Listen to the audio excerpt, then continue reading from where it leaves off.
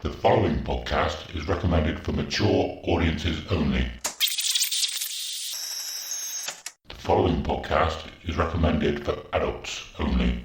Maturity is not a requirement.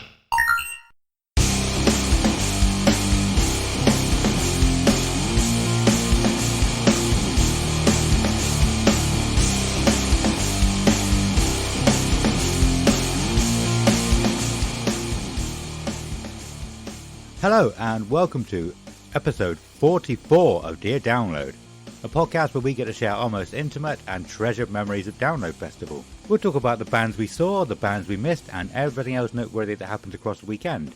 Also, we'll touch upon any news, other festivals, and the music industry past, present, and future. This episode is going to be another sort of fun episode. We're going to be talking about some films that we enjoy. Some of our favourite films, not in any order really, not a top 10 or anything like that. But we're going to be, from the next episode, hopefully, if Download get their ass in gear and release the day splits and everything.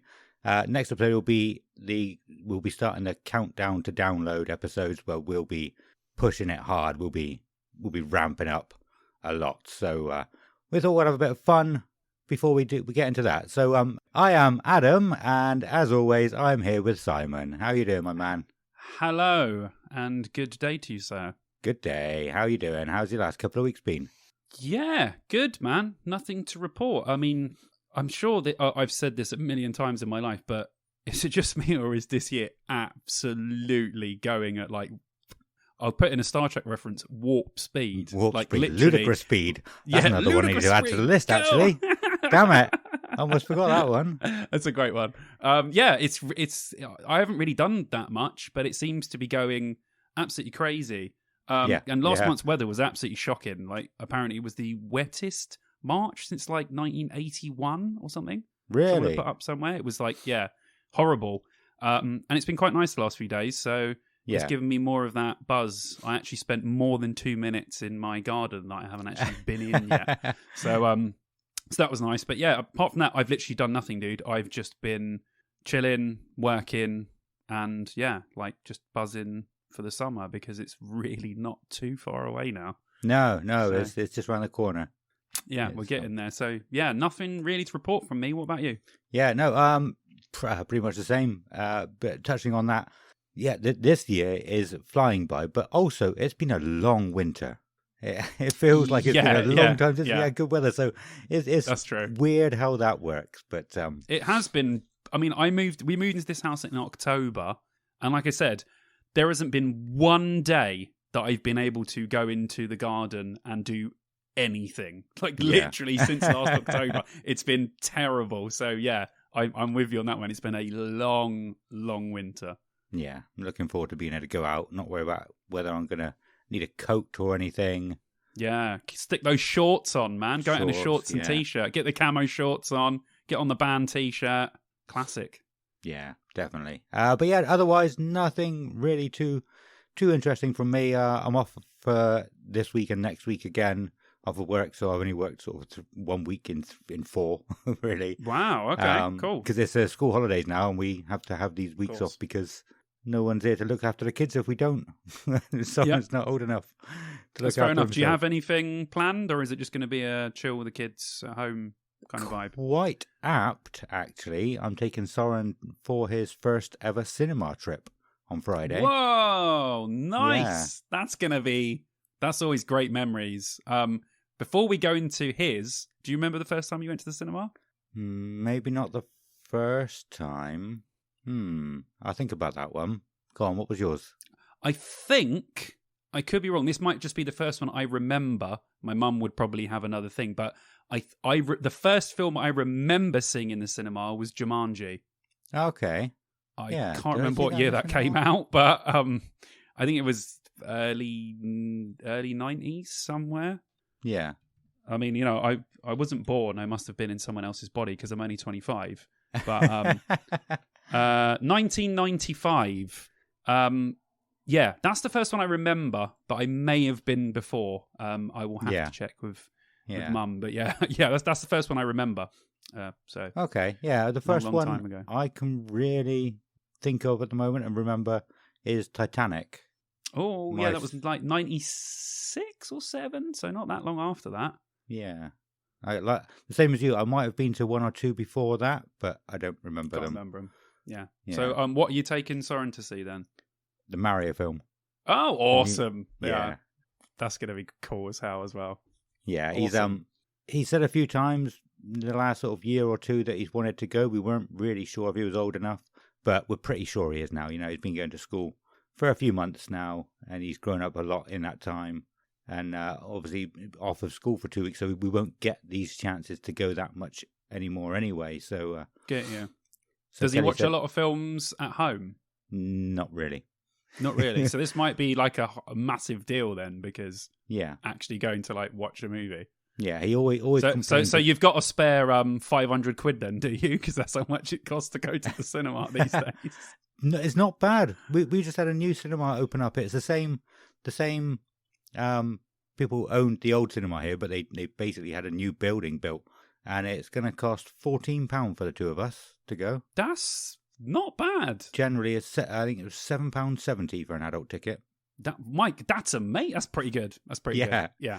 It varies from cinemas. You get some really nice one. There's a really posh cinema in Cheltenham called the Tivoli, which is like, you know, amazing, like almost sofas that you can sit on. It's beautiful, and it's like £25 a ticket, and then you can go to Cineworld, and it's like £9.50 or whatever. So, yeah, it can vary, but £7.50 is good. That's fair. Yeah, really good. Nice. Before we had kids, me and Kelly would probably go to the cinema every other week. We were going to the cinema all the time, loads and loads. Wow. But yeah, since having kids, we just haven't been able to. Kelly loves films. I mean, I do too. I wouldn't be talking about them here, but yeah, Kelly really enjoys films. We like going to the cinema. Exciting for him. I'm excited for him. Yeah, be really me cool. too. But I mean, I was going to say he does like films sometimes, but he always complains when we say we want to put a film on. He'd rather watch YouTube. He watches YouTubers playing Roblox. Isn't that just standard kids these days? Like the attention span has dipped somewhat since we were kids. Yeah, so. Yeah, absolutely. But if you watch it in the cinema, he can't go anywhere. So no, and that's what I was thinking. He might be like, do you know what? I'm going to let this story sink in. And then, yeah, that's wicked. We did it with Big Hero 6, I think it was. We really liked it. And we knew he liked it. He was really excited about it for the first 10 minutes and then dropped off. So we kept putting it on, and then he would get 15 minutes into it, and then 25 minutes into it. And once he was like liking the whole film and watching the whole film, he loved it. He wanted to put it on all day, every day. Oh, that's awesome. Which is something we can talk about. I haven't one of the films that I will be mentioning was a film that I watched apparently just 24/7 as a kid. So yeah, we'll get into that later. Yeah. Awesome. Well, we got a few bits of news before we go into that, because we could probably just easily go off on a tangent and go straight into the main topic, like we sometimes do. Yeah, and have to pull it back. So there is a couple of news bits that we missed off of last week, even though that was specifically my job to go through all the news for the earlier in the year and get everything we missed, and then I still missed some. But a couple of massive bits of news from us. Today, we hit 10,000 all-time downloads across all platforms, which is absolutely incredible. Hells yeah. So we just want to say thank you to all of you. Really appreciate it. It's incredible. Yeah, there are no words. We love you. And thank you for listening. Thank you for sticking around.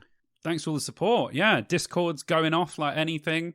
Getting loads of downloads, loads of people listening, loads of returning listeners, which is what we want.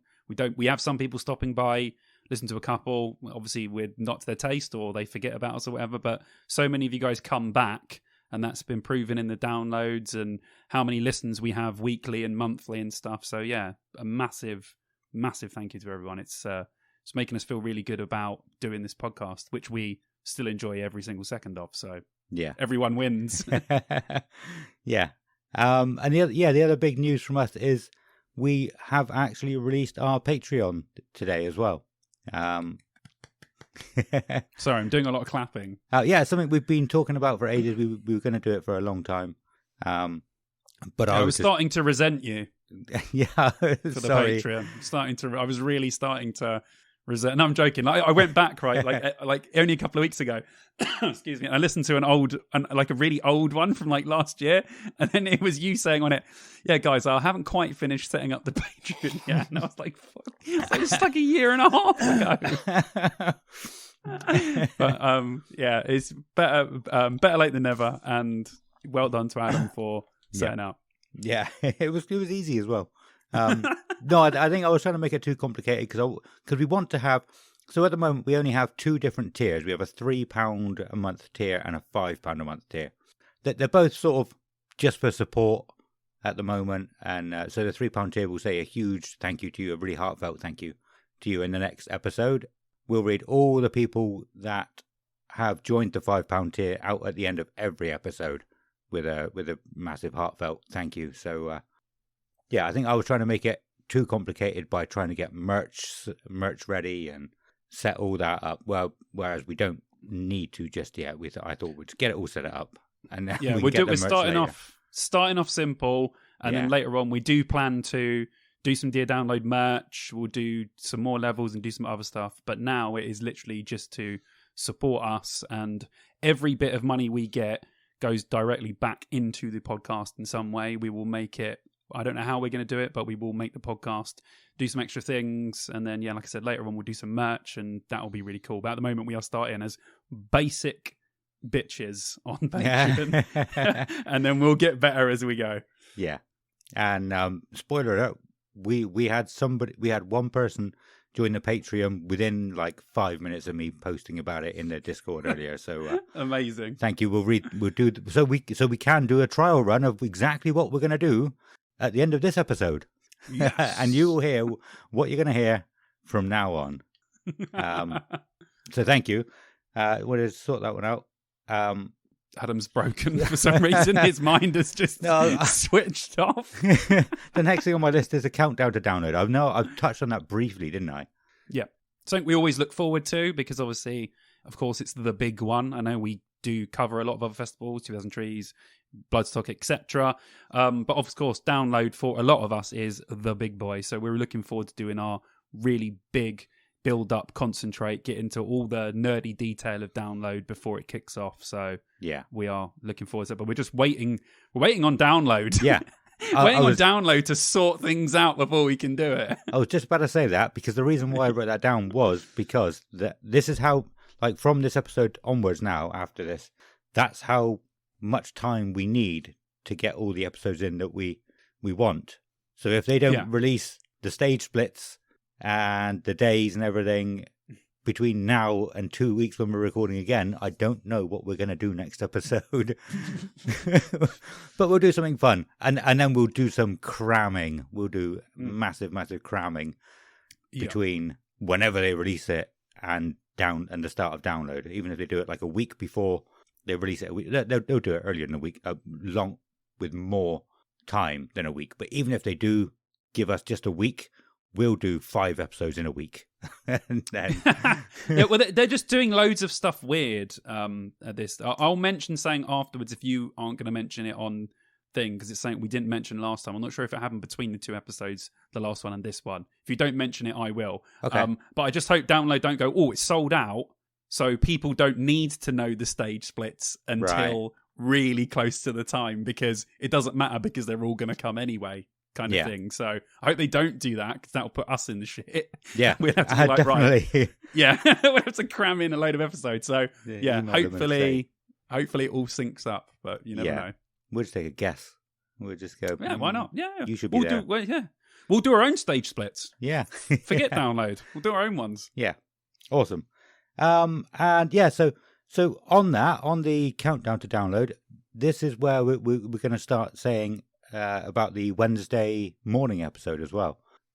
Exactly the same as we did last year, but I want to give you as much time in advance as I can. So what we did last year, if any of you are new and didn't hear it, we basically asked everybody to send us a message or send us a voice clip telling us what download means to you. Yeah, how excited are you for download? Yeah, like I said, who are you looking forward to? what the hell are you going to do? What kind of year are you expecting? It's a sellout. It's so different to Download, and it'd be great to hear for some new people as well, their first time, about what you're expecting from the festival. And it would be great, because we're going to try and catch up with as many people as we can when we're there. So it would be great to get some audio clips from some people and put them on the morning episode, and then everyone can listen to what you think about Download. It's kind of like your podcast. It's the fans podcast episode where you guys get to say your thoughts on Download rather than us saying it. So that's pretty cool. Awesome. Yeah. And that's awesome. Nicely put. And we'll release it on the Wednesday morning of Download, and so people can listen to it and try and get themselves hyped up. I know you're probably going to be wanting to listen to music as well. But I mean, a lot of people will have quite a long journey. So you can put that on the way to Download just to get you emotional, hyped up, all sorts of feelings about what's going to happen over the weekend on your way to Download Festival. Oh yeah. So I think I know what you were alluding to a minute ago, wondering if I was going to talk about it. Hang on, make sure there's nothing else. The Wednesday morning episode, that's going to be amazing. We hope as many of you get back to us as possible. Like I said, you can send us a voice clip. There's many ways of doing that. You can find links in the show notes to send us an email or anything like that. Or you can just type out a message and send it to us, and one of us will read it in that episode. So let's go to the news then. And Simon, will you bring us in with your news intro, please? Come on. This is the news. We've got news coming for you now. Just shut up. The news is going to come now. This is the news. Excellent. Thank you, Simon. What you were alluding to a minute ago, I assume, was the Andy Copping interview. That was not what I was alluding to. Oh, okay. Well, the Andy Copping interviews, I should say, because there was one a few weeks back. It wasn't Andy Copping, was it? Shit. I fucked up. It was the Download Festival team's news. One of them recently was Andy Copping, and he has said... What was it? It's gone from my head. Oh, that is very, very nearly almost sold out, which is incredible. So at the time of recording, it is still only the Saturday of the day tickets that sold out, I think. The Friday, the Sunday, and the Thursday haven't. Thursday. Mm-hmm. It might have changed by the time this is released, but it's only 90,000 people capacity. Is that correct? I didn't actually see that in the interview. I think that was said somewhere, because I saw that people were discussing. This is the thing that I said on there as well. Like, I feel like Download. I said up this in Discord. I feel like Download fluctuates. Sometimes it's more, sometimes it's less. Sometimes they say it's more, but I don't actually think it's that much. Yeah. So, because the one thing I couldn't find anywhere when researching was actual numbers and attendances of each download. Yeah. They're just not, and if anyone can find them, then they're a better person than I am. But I've done a pretty deep search on Download, and I can't find. Some years have them, and then other years just have just nothing. Like, we have no idea what the attendance was. It might have been mentioned at the time, but there's no actual record of it on the internet that I can find. So yeah, it's. I mean, 90,000 is a lot of people. Yeah, still, it's a hell of a lot of people. So yeah, and it's gonna feel super, super busy because it hasn't sold out in so long. But yeah, I feel like 90 is a fantastic number. I mean, it always feels busy when you're in the arena, but this year I think it's going to be, when you turn around sometimes and you look back and you just see just a sea of people. So I'm looking forward to that. But yeah. But the years that it sold out before, I'm not sure if it was every single thing has sold out. There wasn't there wasn't as big a deal made about it as it is being this year. So it might be the first time that it's ever fully sold out, like even all the day tickets. Possibly. Yeah. Which is incredible. You're right. Which is the first. It's going to be an amazing year because of it. It's going to be interesting to see what happens, really. Put as much money into the festival as possible because they can only do bigger and better things with more money. And I'm guessing with more money means you can spend more money on acts that cost more money in the following years. So that can only be great for the festival because I'm sure there's people that they've wanted to book and they've looked at what their cost and they've gone, maybe not now. Yeah. Because that's pretty pricey. So, yeah, maybe in future, this festival will help us, this year, will help us get some acts in the future that maybe we haven't been able to afford before. Kind of like a Monopoly, for instance. Build up those numbers. Yeah, definitely. Looking forward to it. It's going to be interesting. It's going to be interesting to talk about after. So I'm definitely looking forward to seeing it and seeing what goes down. Yeah. The other interview I was going to say about was it was a few weeks back. I don't remember the guy's name. I thought it was Andy Copping until about 5 minutes ago, even less than that, 3 minutes ago. I knew it wasn't him, but it was something I scrabbled down really quickly before the episode. The other episode was about the festival in general, but the guy actually said what the requirements are to be able to headline Download. Do you remember seeing that? Okay. No. I think I can't remember who it was. So somebody basically asked him, "What do you look for in a headliner?" And he said they have to be able to sell out an arena in London 2 nights in a row, and that's the first time we've ever had any kind of sort of concrete information. Litmus test. Yeah. Well, I mean, I don't want to take any credit for this, but I'm pretty sure I said that before on the podcast. Oh, have you? Okay. About if you can do arenas on, I didn't say sell out 2 nights in a row, but I said that if you can sell out multiple arenas on a tour, I feel like you would be big enough to headline this festival. But if they're particularly looking for 2 nights in the same place, then that makes it very different. Because like I said before, like Ghost sell out arenas. They might not have sold out 2 arenas in the same place, but they've sold out arenas on the same tour. Yet they're still not even headlining. So maybe they're very particular about you has to be 2. But have Biffy ever sold out 2 places on one night? I don't think so. No, I don't know. Maybe they have, but I know Biffy have sold out the O2, which is incredible. But have they done it 2 nights in a row? I'm not sure. Yeah. So yeah. But I mean, the thing is, could they? If they did, it could just be that they haven't. Probably, yeah. They haven't booked the arena for 2 nights in a row at the beginning of the tour when they're planning it. So, but they might be able to. Do they book the tour and they go, right, guys, we really want to play Download next year, so we better book 2 nights in this fucking city. Like, that's. So wait a minute. So in London, so if you sell 2 nights out in Manchester, you're not good enough. Has to be the O2. Yeah. Now we're talking about this. I'm doubting whether I read that right. Because it does sound a bit silly, but I'm pretty sure it said 2 nights in London.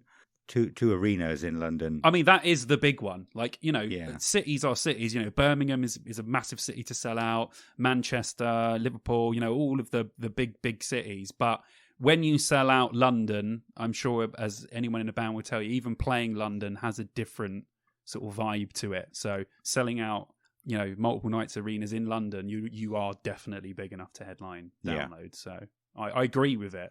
But I just don't think it's kind of weird just being it has to be particularly 2 nights. But yeah. But I mean, I was saying a minute ago, the only band I've really noticed that do it, that I've noticed is the keywords there, is Iron Maiden, because they always end up adding another night after the first announcement. I don't know if other bands really do that. Like if you look at everyone that's playing this year, I mean, Bring Me 100%, Metallica 100%, Slipknot 100%. So, I mean, they're just definitive. They could sell out 2 nights of the O2, all those bands. So that proves that theory right. Yeah. Maybe it's a from now thing, and maybe that wasn't a thing before. Mm-hmm. Maybe that's the litmus test now. I thought it was more like, like we always use the Bring Me at Reading, for instance, like when you see a band headline another festival, because they don't have to headline your festival, and then you look at them there and you think, oh, that's big. They can get down, because I was kind of gutted that the first festival Bring Me headlined wasn't Download, and it was Reading. After they started, because so they're out there. And I don't want to keep separating, Download and Reading, the people that go to Reading, because a lot of the same people that go to Reading go to Download, but Reading has changed so much now. It's almost not an alternative festival. It's basically become a pop festival. I'm sure it will go back into being an alternative festival again at some point. But at the moment, it is aimed very much towards a young, popular form of music. And I just feel like Bring Me Up, our band, And I would have liked if they... It would be like if Slipknot didn't headline Download in 2009, they headlined Reading. It would kind of feel like it had been stolen away from us. And I feel like that, even though it was... Yeah. Even though it wasn't the main stage at Reading, the second stage is as big as other main stages are. So I kind of feel like Reading stole that away from us, you know? But that's just me. Yeah. No, I was going to say, they're run by the same people, aren't they? I was going to say maybe, like, they're sort of waiting for someone else to take the leap of faith with the band like that. But it's still Live Nation. But maybe it worked like that somehow. I don't really know. Yeah. I wish I did. But yeah, anyway. So, moving on from that, we also have phone thefts are huge at the moment. Okay. Have you seen that? Generally at gigs, I think it was... Oh, what tour was it recently? Don Broco? Was it? It could have been a Don Broco gig. There's people that go there just to steal people's phones. And I think it happened a lot at Download last year. And phone thefts are massive at the moment, it seems. Especially at gigs as well, because you're so packed in tight. It's easy for them to get. So I'm surprised you hadn't seen that or heard of that. I mean, now being the time, back in the day, stealing a phone had a purpose. But now, if you steal a phone and you block the IMEI number, you essentially have a brick that you can't use. Yeah. So what is the purpose of stealing the phone? If they're stealing the phone to sell the phone for parts, it makes sense. If you get an iPhone 12 or 30, whatever. But if you're just stealing phones to steal it for a phone, that is evidently pointless. Unless you're going to sell it to someone who doesn't know that the phone is blocked, then you're... I worked for Mazuma Mobile before, so we dealt with... I worked for their customer service, where you would get a lot of calls from people saying, I've got this phone to sell, and the first thing you're asked to do is to check the IMEI number on the police database, which we had access to. Yeah. And then there's always people that called up, and I'd be like, how you doing? Yeah, it's Simon from Zoom Mobile. Yeah, can I check the IMEI? I said, well, what phone you got? Yeah, iPhone, 7, whatever. Cool, let me check the IMEI number. You put it in, bang. I'm afraid this phone has been reported as lost or stolen, so we can't accept the phone. And sometimes it was genuine people who had bought the phone off of someone, and it had the marker on it, and they're like, oh my God, this person sold me this phone. But then, when you're on the phone as well, you always got the idea that sometimes it was dodgy people trying to sell you phones that they'd nicked. So, but I don't see the point in stealing a phone anymore. I mean, that doesn't serve any purpose to me. But it's annoying that people are having their phones stolen. So just back up your stuff, people. Get your Google Drives, get your OneDrive, back up your stuff, because if you've got a phone where you've got photos of all your kids and your family and that, and you don't back it up and you've got, 128 gig that's got 20,000 photos on it, make sure that is backed up, because you do not want to lose all those photos. That's what's important. The phone, you can get a phone anywhere now these days. Do you know what I mean? For, not that much. If you're on a contract, you can report it stolen, get a new one, blah, blah, blah. So just back up your phones, people. Back up your vids. Back up whatever you got on there. Let's even if you get your phone stolen, let's back these things up, man. That's my recommendation. Yeah, nice. That was nice. I wasn't expecting that kind of detail, but I didn't realize you worked for a phone company before. Sorry. Yeah, no, that's cool. It was good insight. How long ago was it that you worked for them? I worked for them from 2012 to 2014, so a while ago now. But I mean, it was just phones and phones and phones and phones. That's all we dealt with. So because I have an insight. Yeah, until all the thefts at Download last year, I thought exactly the same as you. I thought you can't. There's no point in stealing a phone anymore. There's nothing you can get from it. But I think I have read in some of these sort of threads or Facebook posts that they can send them to other countries and they can actually do stuff with them. So it's not, you go then. Yeah. It's not just selling them in this country. They basically send them abroad and they can hack them somehow. But Simon's tips number 2. If you're a guy, keep your phone in your front pocket or inside jacket pocket when at a gig.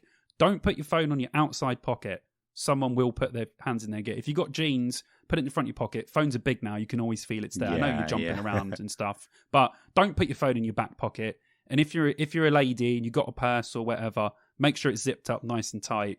at a gig especially. Keep it close to you. Put it in front of you, not to the side. Just little stuff like that will deter people from going into your pockets, because these are, you can bleep this if you want, they're sly cunts. Yeah. They are proper sly. So, yeah. Just and if you catch them doing it, repeatedly punching them in the face is always a good thing. Yeah. Yeah. But yeah, no, at Download last year, they had like proper sort of military type jackets on, vests on, so they could slide them in and you couldn't feel them. There's another guy who got caught out. I think it was one of the Don Broco gigs. He had a jacket that he'd sewed extra pockets inside. You could see the jacket had 6 extra pockets for his phones. They're absolutely exactly what you said. They're sly cunts. I ain't gonna bleep it. Yeah, just look around. Just be careful, people. You don't want your stuff stolen, man. But be clever as well. Don't be stupid. You do stupid things, and stupid things will happen. So just be sensible and try and keep them in your pockets and stuff. Yeah, because of that, I think Kelly had seen it, and she's got, I think it's kind of like a workman's belt, where it's like a bum bag, but it's flat. No, it's a running belt to put your phone in. So it's a bit like a bum bag. Oh, it like slides flat. In. And she's okay. Well, I can do it up here. I'm doing it down away from the camera, but yeah, it's flat, a bit like, well, as flat as your camera, really, and not camera, phone, and it stays there because it's designed for running. And she's going to put it in there underneath a t-shirt. Nice. Another thing I saw, the first time I saw one of these was at Download, and you can get like a phone bungee, and you put it like, so it goes over the corners of your phone, both sides, and then you can clip it to your trousers, and it's like just like a telephone bungee, and then you can put. So if someone tries to pull it, they pull you with it, and you're like, hold on a minute. Oh well, no, my thought was when you're spin kicking in the pit, you got more reach. I thought when you're spin kicking in the pit, what is this, 2006? Basically, so they can't unattach it from you. If you put when you've gone back into the past to a Bring Me the Horizon gig in 2006, make sure you've got a bungee attached to you. I've never done a spin kick in a pit or thrown any punches. Oh, I've done multiple spin kicks in pits back in the day. Multiple. Were you straight edge as well? Is that what the big? No, thing I wasn't was, straight edge. I wasn't straight edge. I just wanted to get down to the hardcore, man. Okay. Spin kicks, multiple arm rolls. Oh, I don't. I wouldn't hit anyone around me. I always make sure I had room. I didn't want to hit anyone, but yeah. It was fun. Was it? Yeah. Oh, awesome. It's great. Good. Now I jump up and down for like a minute and I'm like, oh, Jesus Christ, I'm going to die. But yes, sorry, as I was saying, you put these this thing over the corners of your phone, and then you can put your case over the top of it as well to sort of more secure, and it's harder for them to get off as well. There you go. It's a good idea for merch. We can brand them, Dear Download. Yeah. Well, I was going to say, Stu has put a checklist of things to take in the Discord as well. It was an idea he had a little while ago, and I never got around to doing it. So he was like, make me a mod. I'll fucking do it myself. But yeah, he did. And so I'm going to sort of put some links into some of the things you can get, and any suggestions from any of you as well. Something, because there could be things I've not come across that work really well against phone scum. Also, you just name dropped, I think, that our admin / awesome guy that's been helping us out on Discord, Stu, deserves a round of applause. So if everyone could just do a nice light clap for Stu for helping us out on the Discord. 3, 2, 1. Wonderful. Thanks, Stu. Good point, Stu. Yes, really appreciate you. You did comment on you appreciated the name drop last episode, so we'll do it again. There'll be multiple, I'm sure. Absolutely, man. What did you say, Tupelo? Tupelo. Oh my God, that's a deep cut 6th track, man. You know it. So happy that you know what that is. That's amazing. Shout out to all the 6th fans that are listening. Shout out. Big up 6th. I saw a new 6th t-shirt today that I want. I haven't bought a new band t-shirt in a long time. It's a style, you've probably seen the one I got. It's like the all orange one that, when they came back in like nice. 2014, they brought out all like solid-ish colours. They released some sick shirts when they came back. Like, all of their t-shirts were amazing. Yeah, and I think it must be a new one. The fact that I've seen it today. Ooh. It's like a bluish one. Yeah, I think I will. Because I haven't bought a new band t-shirt for a long time. Can't get any raunchy ones. Damn them. Damn fucking raunchy. Yeah, you can't release a goddamn album before I come over there. 2014 was the last album they released, and they said they were in the studio like 3 years ago. Fuckers. Disgusting. Oh, that reminds me. Last Friday, someone released a song and sort of had them tagged in it. Like it came up on Raunchy's Spotify page as if it was a new song from them, but it was nothing like Raunchy, so it must have been a mistake. Tagged accidentally. Yeah. I remember once I went on to Static X and someone had tagged something as a Static X track list. I was like, this is not Static X. I don't know what this is. That was a couple of years ago. I was like, what? And then it got taken off. So yeah, it must have been that. They must label stuff wrong accidentally sometimes. Accidentally, yeah. Like we are the official Download Festival podcast. We will be able to post in the Facebook if we were. Fuck yeah! It's like when I went backstage at Trees and I was like, "Oh, I'm from Dear Download," and then the woman that was running it kept on introducing me as everyone as this guy's from Download. I didn't correct her. Nice. I didn't want to correct her. I was like, "Oh, this is Simon from Download." I'm like, "Hi, how you doing?" Like meeting all these PR people backstage, and I was like, "I'm not gonna say I'm not from Download because technically Download is in our name." So yes, yeah, awesome. That's cool. I like that. I was going to say, Cold had the same happen to them. Cold haven't released anything new for a while either. And a new song was like, oh, this is some weird trancey thing. I don't want to listen to this.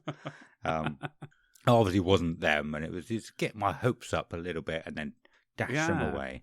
God, disgusting. Sort it out, Spotify. Jesus. Yeah. But on that, speaking of Cold and... Raunchy. Speaking of Cold, Stu posted the Blue Ridge Rock Festival poster in the Discord today. I don't want to talk about too much because there'd be loads to talk about, but I noticed Finger 11 were on there. Were you a fan of Finger 11? They had some tunes. Yeah, Paralyzer. But they one you just probably knew. They disappeared from my ears. I don't know whether they stopped being a band or whatever. But I do remember them, especially being talked about, big time. They were always mentioned. Yeah. They had some bangers as well. Yeah, very good. Really good. In fact, I know I've said this before, but it was a while ago. They did, it's just come full circle. They released, or somebody released, a song of theirs under Slipknot Iowa, just before Slipknot Iowa was out. It was their song Suffocate. And that's how I got into them. Back when you could download from Napster or LimeWire or something, and I was like, "Oh, this is so good." It doesn't sound anything like Corey Taylor. I was young and stupid. I had no idea, but I should have known. But yeah, it was such a good song, Suffocate. Wow, that's cool. There you go. The mistagging stuff can work in your favor as well. Yeah, absolutely. But yes, shall we move on to the main topic of movies? Can I just mention the one thing that you haven't mentioned that I thought you would mention? Right. You might need to correct me here, but am I right in saying that this year at Download Festival, there is no loyalty scheme? You're correct. There is no loyalty scheme. Yeah. There wasn't last year for some of us either. Yeah. Oh, I'm a dick. That's all I'm going to say about that. But I think people were genuinely disappointed about that. They were. I was. Yeah. I don't know the reasoning behind it. I have a feeling it's to do with they want to make as much money as possible. Yeah. Which is fair enough, I guess. I just feel like rewarding people that continuously go to festival can only be a good thing to get them to come back to your festival. So I feel like, if it's a one-off, that's fine. If they're going to stop doing it altogether, I think people might be a little bit up in arms about it. But yeah. But sorry, I wanted to mention that because I'm not sure if we mentioned it before. Yeah, no, good point. I hadn't mentioned it.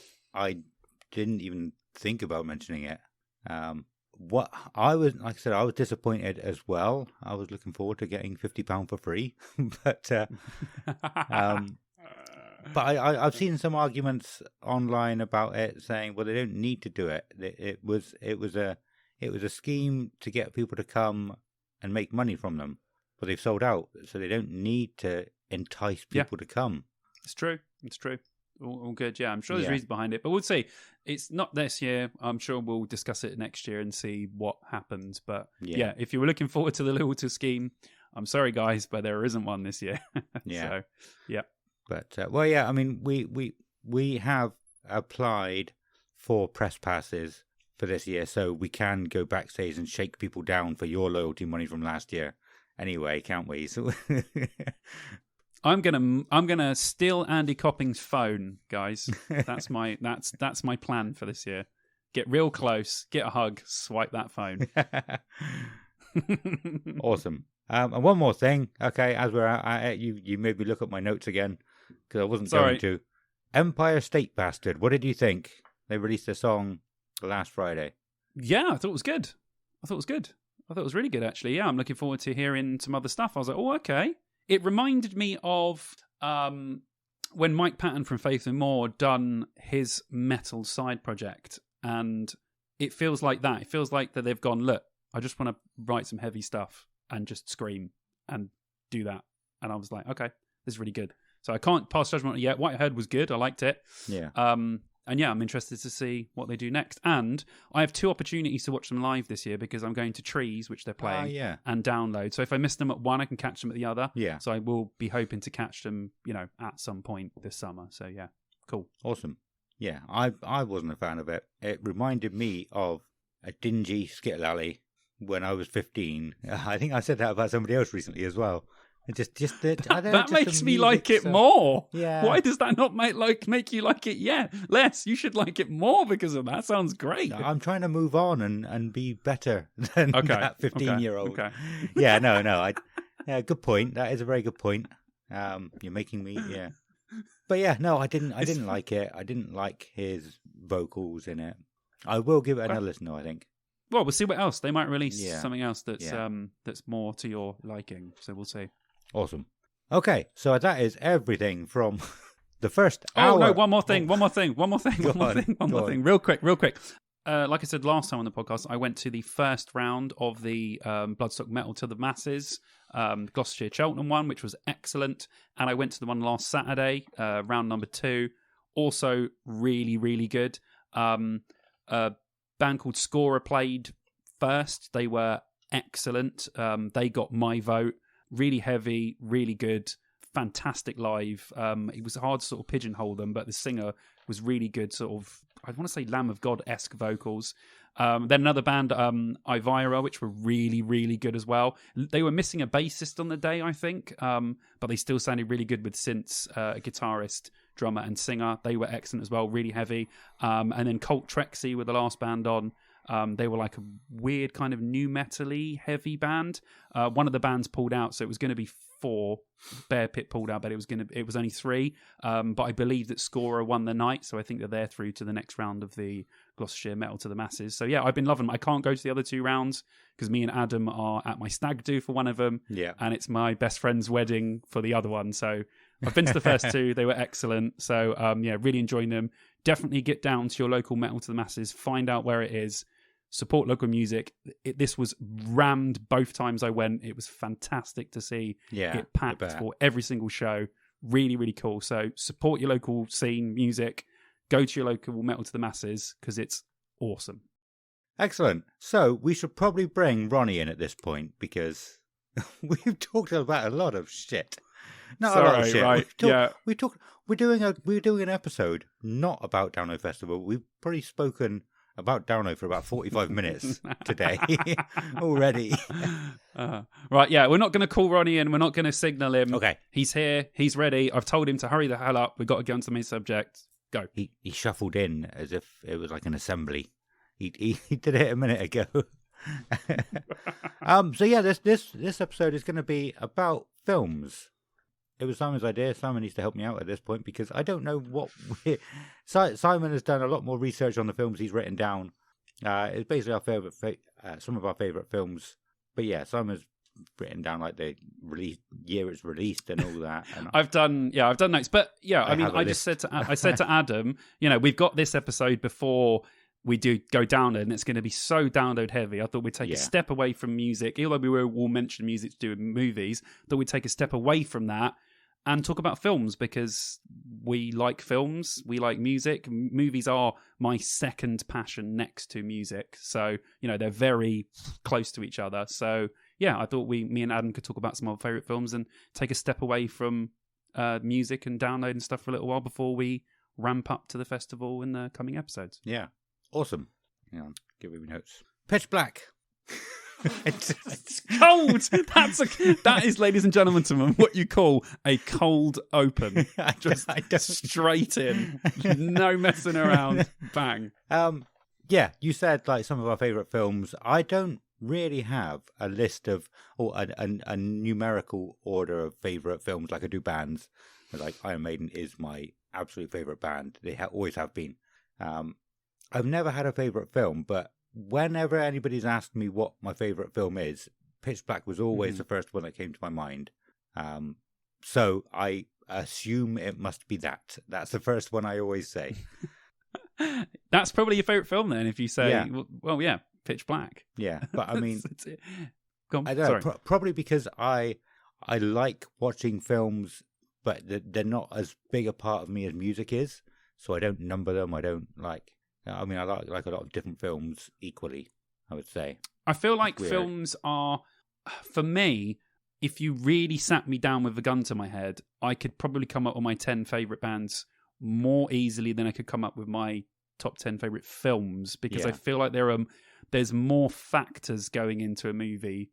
I mean, there's a lot of factors to making an album and being in a band, but I feel like for a movie, there's so much happening on so many different levels. It's a lot harder to sort of categorize them as favorites, and plus it's always changing because films aren't necessarily released like bands release music. It's harder to categorize them and get them into a definitive list of what they are. And it's preference as well. Some film that might be my favorite film, other people might be like, that is an awful film. So same with music as well. You might go, oh, I like Iron Maiden. Other people going, bloody hell, Iron Maiden, really? Like, do you know what I mean? So yeah, but I feel like films are harder to define, so I'm with you on that. Yeah. And like you said, there's so much going on behind the scenes, like so much to understand and learn about films. You could be an absolute professional in shooting the films, but you don't know anything about writing. And so the writing of the story might sort of, you might not be as well equipped, I guess, to judge the writing of the story, if that makes sense. I can't. That's not. Get you. Yeah, not totally. The right words, no, I'm with you though. I'm with you. Whereas music, it's easier for. There's a lower skill ceiling. It's easier to define, definitely. Yeah. It's easier to define because you might get the same person that wrote the music, recorded the music, and released the music. Whereas a movie, you'll have a director who, like you said, will be shoot everything how they think is thing, but they might not necessarily be able to write a film. And then you've also got the people that are depicting the characters in the film as actors as well. And then you've got effects and music, and there's just so much going on. Yeah. Like, it's really hard, So, do you have a favourite film? Absolute favourite film of all time? Yes, I think I do. I'm not going to talk about it in this episode. I think my favourite film of all time is Vanilla Sky, starring Tom Cruise. I think we have talked about that briefly before, and you said that you hadn't seen it, or you had seen it and you can't remember it. I think we have talked about it briefly. But I think that is my favourite film of all time because of the amount of detail and levels, and it's just an absolute masterpiece. It's not even that much of a well-loved film. It's just, I do consider myself to be quite a movie buff, and I think that film hits all of the notes of everything that I like, that I want from a movie. So it's a very strange film. I like mind-bending, I'm not sure what this means, what that means, this could be interpreted that way or this way kind of movies. They're the movies that really, really... I like just generally fun films as well, but those are the movies that always seem to be my favourites. Yeah. So, yeah, that I would say that is, for the last 15 years, been my definitive number one film. When you start to get to the 5s and 6s and 7s, it's very difficult to put anything in there, but... Yeah, I have a general idea, but it would change the next month. I'd go, oh my God, why isn't that in there? And then it would all change again. So it would change every month, but yeah. Yeah, definitely. I mean, I have a bit of a liking for, is it class as slapstick? But yeah, comedy, old comedy. So I think in my list, I have Monty Python's Holy Grail in there. I have classic Spaceballs in there. Yeah. Another one. I haven't got any more. But yeah, all of those old ones like Airplane, Police Academy. So yeah, the original them. Sort of 70s, 80s kind of slapstick old school comedy, which are all great. I actually have one of those in my list. It's not slapstick, but it is an 80s comedy. Yeah. Actually, I have 2 80s comedies in my list, so we will get to those. Cool. So yeah, but anyway, should we talk about Pitch Black? Because that's where we were originally going to start talking about. Yes. Well, I didn't know what you wanted me to talk about it. Really, I don't know. It's just sort of. It was. Well, first of all, it's a fantastic movie. Yeah, it's absolutely brilliant. Every time I watch it, I just go, God, that's a great film. Yeah. It really is fantastic. And didn't you mentioned in one of our other podcasts that you're like, this started your love affair for Vin Diesel. My man crush. Your man crush. Your man crush. That was it. Yeah. Your man crush. I like Vin Diesel. There are a lot of Vin Diesel films I like, but I like the Riddick films. I like that character. Yeah. Pitch Black is by far the best one, but Chronicles has its merits as well. And Riddick, although it is kind of a soft reboot of Pitch Black, it's still really good and has its moments as well. But I like that character. Yeah.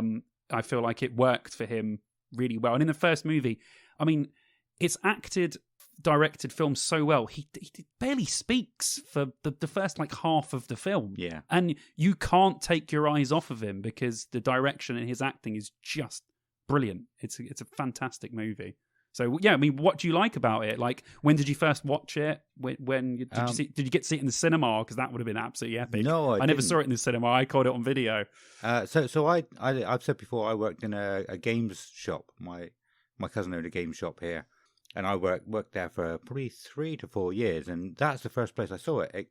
People kept bringing it in to trade it in, and I just kept seeing it on the shelf, and I was just interested in it. So I could borrow any DVDs because they were all secondhand.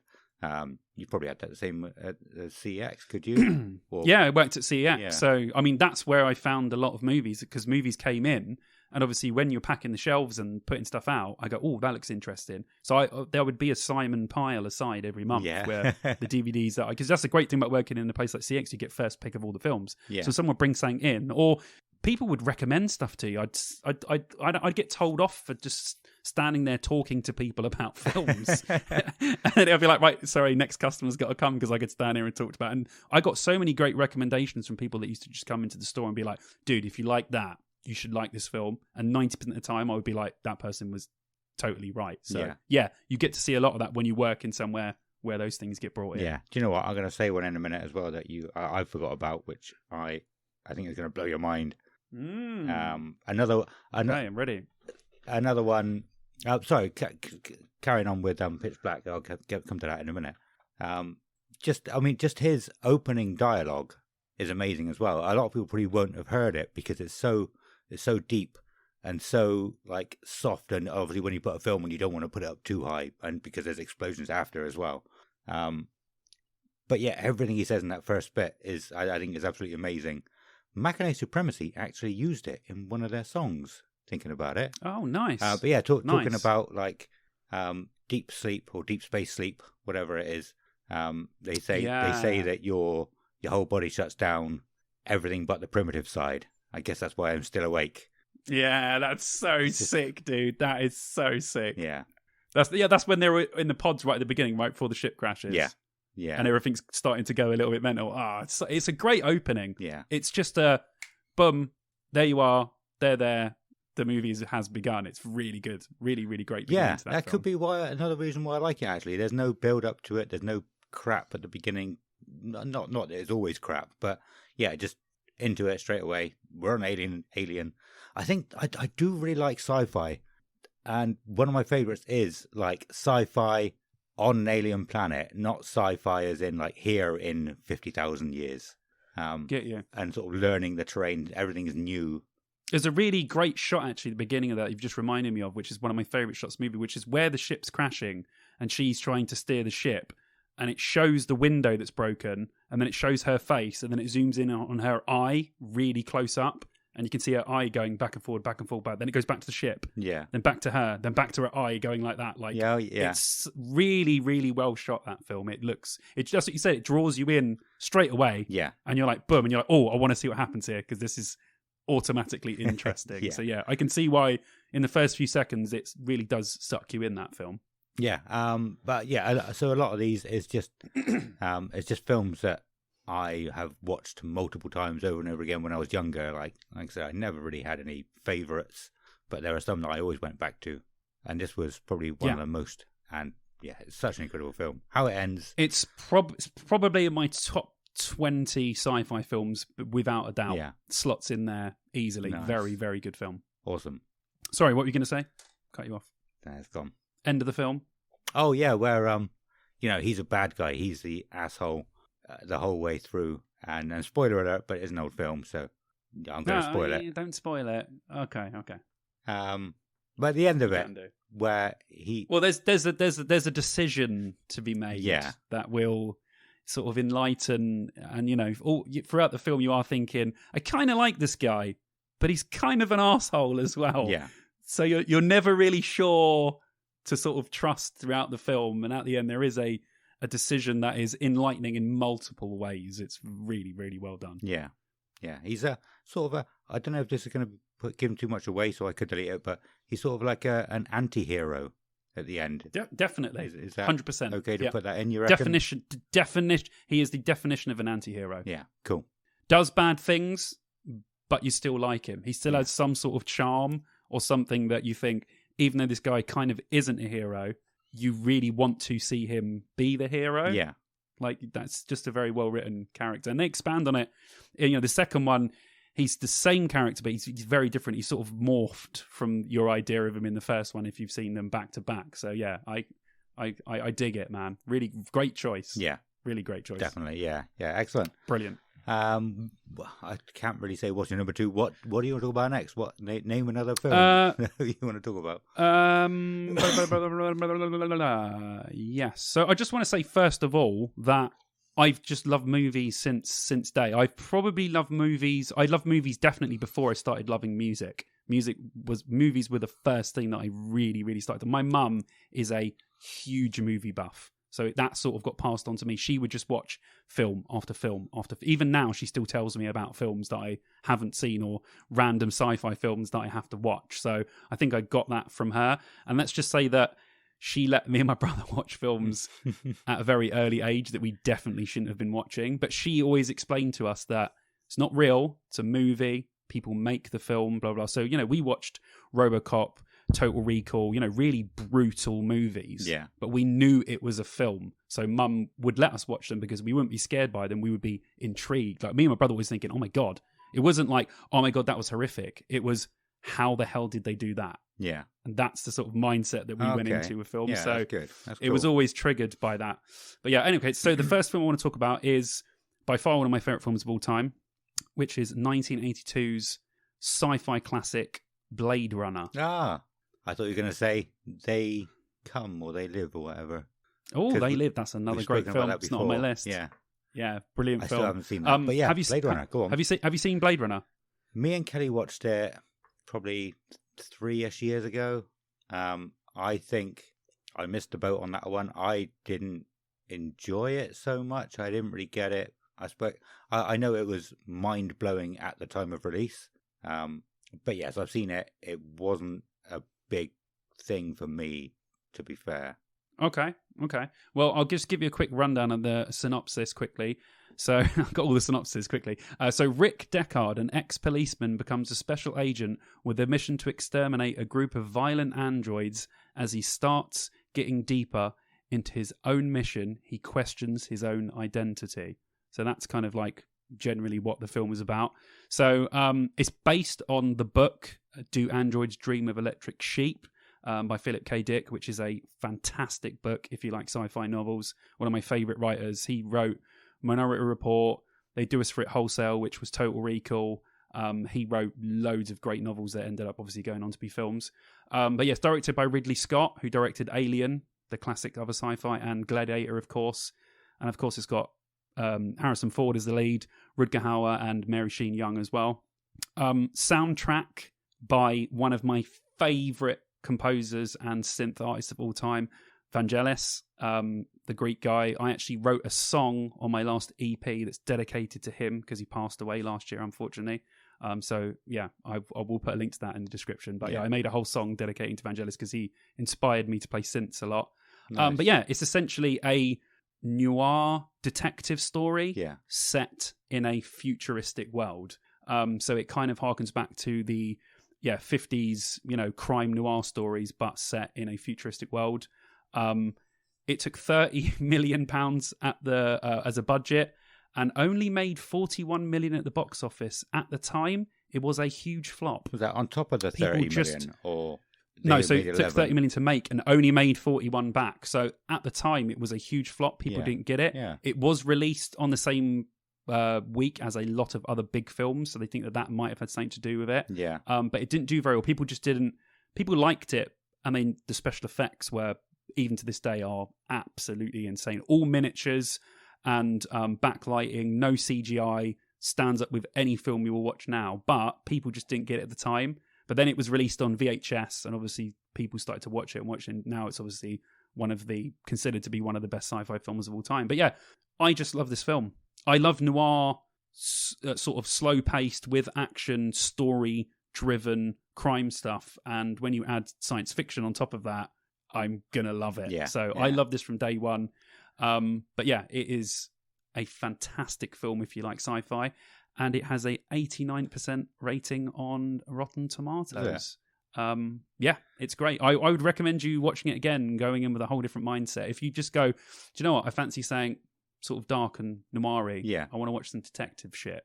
You might go in with a better vision of how to watch it, and you might get something else out of it. Because there's some great performances. Rutger Hauer as a lead android. I mean, at the end, he does his Tears in Rain speech, and there's a lot in it about, obviously, they have a lifespan. It's about, the star that shines twice as bright lives half as long.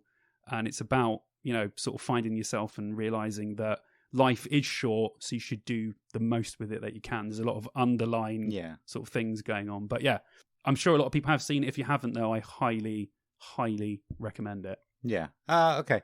Well, that wasn't...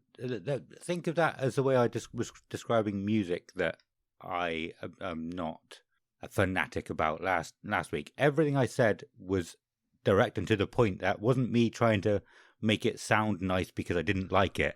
It was okay. Yeah, it was an okay film. I just knew I didn't appreciate it as much as a lot of other people didn't. It wasn't, and so that's fine. But Kelly loves it. It's one of Kelly's favorite films. But we don't get time to watch 3-hour films anymore, so we can't watch Dr. Sleep. Dr. Sleep has been on her watch list for since it came out. Nice. Oh, I might have a film linked to that on my list. I won't say any more. Okay. Linked to... Isn't Dr. Sleep the sequel? No. Yeah, Dr. Sleep is The Shining sequel, isn't it? Yes, okay, sorry. That's a 3-hour one. But the other 3-hour one is the sequel, 2049. Dr. Sleep.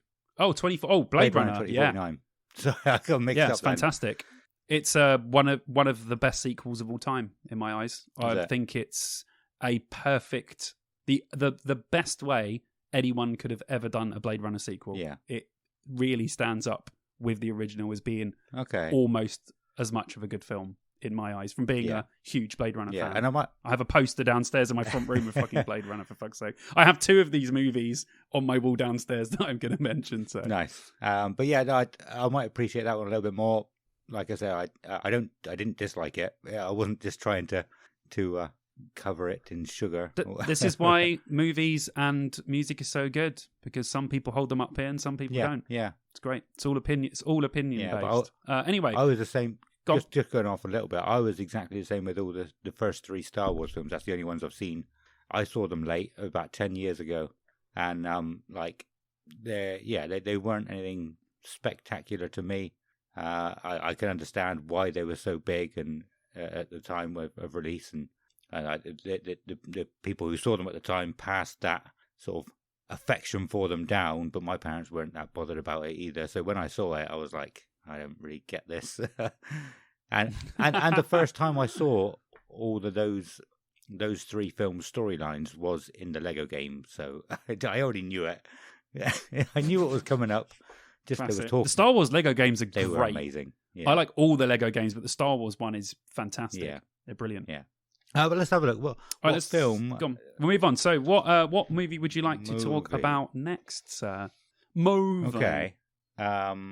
Paycheck was one of my favourite films back then as well. That's a deep sci-fi cut right there. Yeah. Oh my god, yeah, that's a good film, man. Absolutely loved it. Again, it was one of those ones that I kept going back and rewatching it. Not really sure why. I can't go into as much detail as you, but it's good. I mean, it's very it's very cutty. It has a lot of layers as well, that film. Yeah. It goes in and out of stuff and back and forth, and I haven't seen that film in probably 10 years, but I still remember bits of it now. Yeah. That's a really, really good deep cut, dude. I like it. I haven't seen it in probably another 15... film that absolutely bombed when it came out. Really? He absolutely bombed completely. Yeah. I'm surprised when anyone even mentions it, but it's a really underrated movie, I think. Well, I think maybe my sort of love for riddles and puzzles and that kind of thing, you know, he did that. He sort of built that riddle and puzzle for himself to go through the movie, and it's sort of that underlying theme of it is why I like it. Nice. That's a great film, man. Brilliant film. Yeah. Wow, I haven't seen that in ages. I'm going to have to go back and watch that. I'm going to watch that this weekend. Awesome. I've got it on Dubbed. But yeah, I'm going to have to go back and check it out. I'd like to buy a Dubbed. I've got it on Dubbed. Yeah. I'd like to buy Dubbed. Yeah, cool. Really good film. Yeah, excellent, man. Wow. I can't believe you just mentioned Paycheck. It's kind of blown my mind a little bit, actually. It's kind of put me off my stride. I was like, oh my God, I was not expecting you to say that film. That's not the one really that good. I said was going to blow your mind either. I'll say the next one. No. Say that next. Wow, my God, that has totally blown my mind. Wow, that's a really good film. Yeah, if you like sci-fi and you haven't heard of Paycheck, you should definitely watch that film. It is a mind blast of a movie. It is like you said, it's a riddle all the way through, and you're trying to figure it out as he's trying to figure out the riddle, and you're like, what is happening? Like, so we should it's great. Probably say actually roughly what it's about, a little synopsis, rather than just gushing over it. But yeah, it's Ben Affleck is the main character, and he's a reverse engineer. So he takes some technology that another company has designed, and he reverse engineers it to build his company, the same thing but better, basically. And I think he realizes his things are going to go south. So, because of the nature of the job, his mind is wiped, isn't it? His mind is wiped after the job, so he doesn't know he's even done it. Yeah. But he knew it was going to go south, so he leaves himself little clues when he wakes up, and he follows the little clues that he's left. He doesn't even realize it was him that left them, is it? I can't remember. But yeah, he has to survive. He knows he's going to die if he doesn't follow all these clues. He'll be killed. Really cool. Yeah, really, really good film. Definitely check that out if you like sci-fi. Wow, that's blown my mind, dude. That's blown my mind completely. Shall I do one of mine? Yeah, it's actually related because this one is to do with the mind. This is probably my second favourite film of all time, second or third maybe. It's 2004's science fiction drama Eternal Sunshine of the Spotless Mind. Ah, nice. Starring Jim Carrey, Kate Winslet, Kirsten Dunst, Elijah Wood, and Mark Ruffalo. When their relationship turns sour between the two main characters, a couple undergoes a medical procedure to have each other's memories erased of each other's relationship. So they meet again. They don't realise that this is obviously not the first time that they've met. And you are following Jim Carrey's character and going through his mind as he's trying to remember the memories that he has forgotten. So it's really strange. Actually, in the movie, while he's going through these memories, things in the actual picture are erasing as he's going back through them. And the most painful bit about it is a lot of movies don't make me feel things. I don't get emotional at films.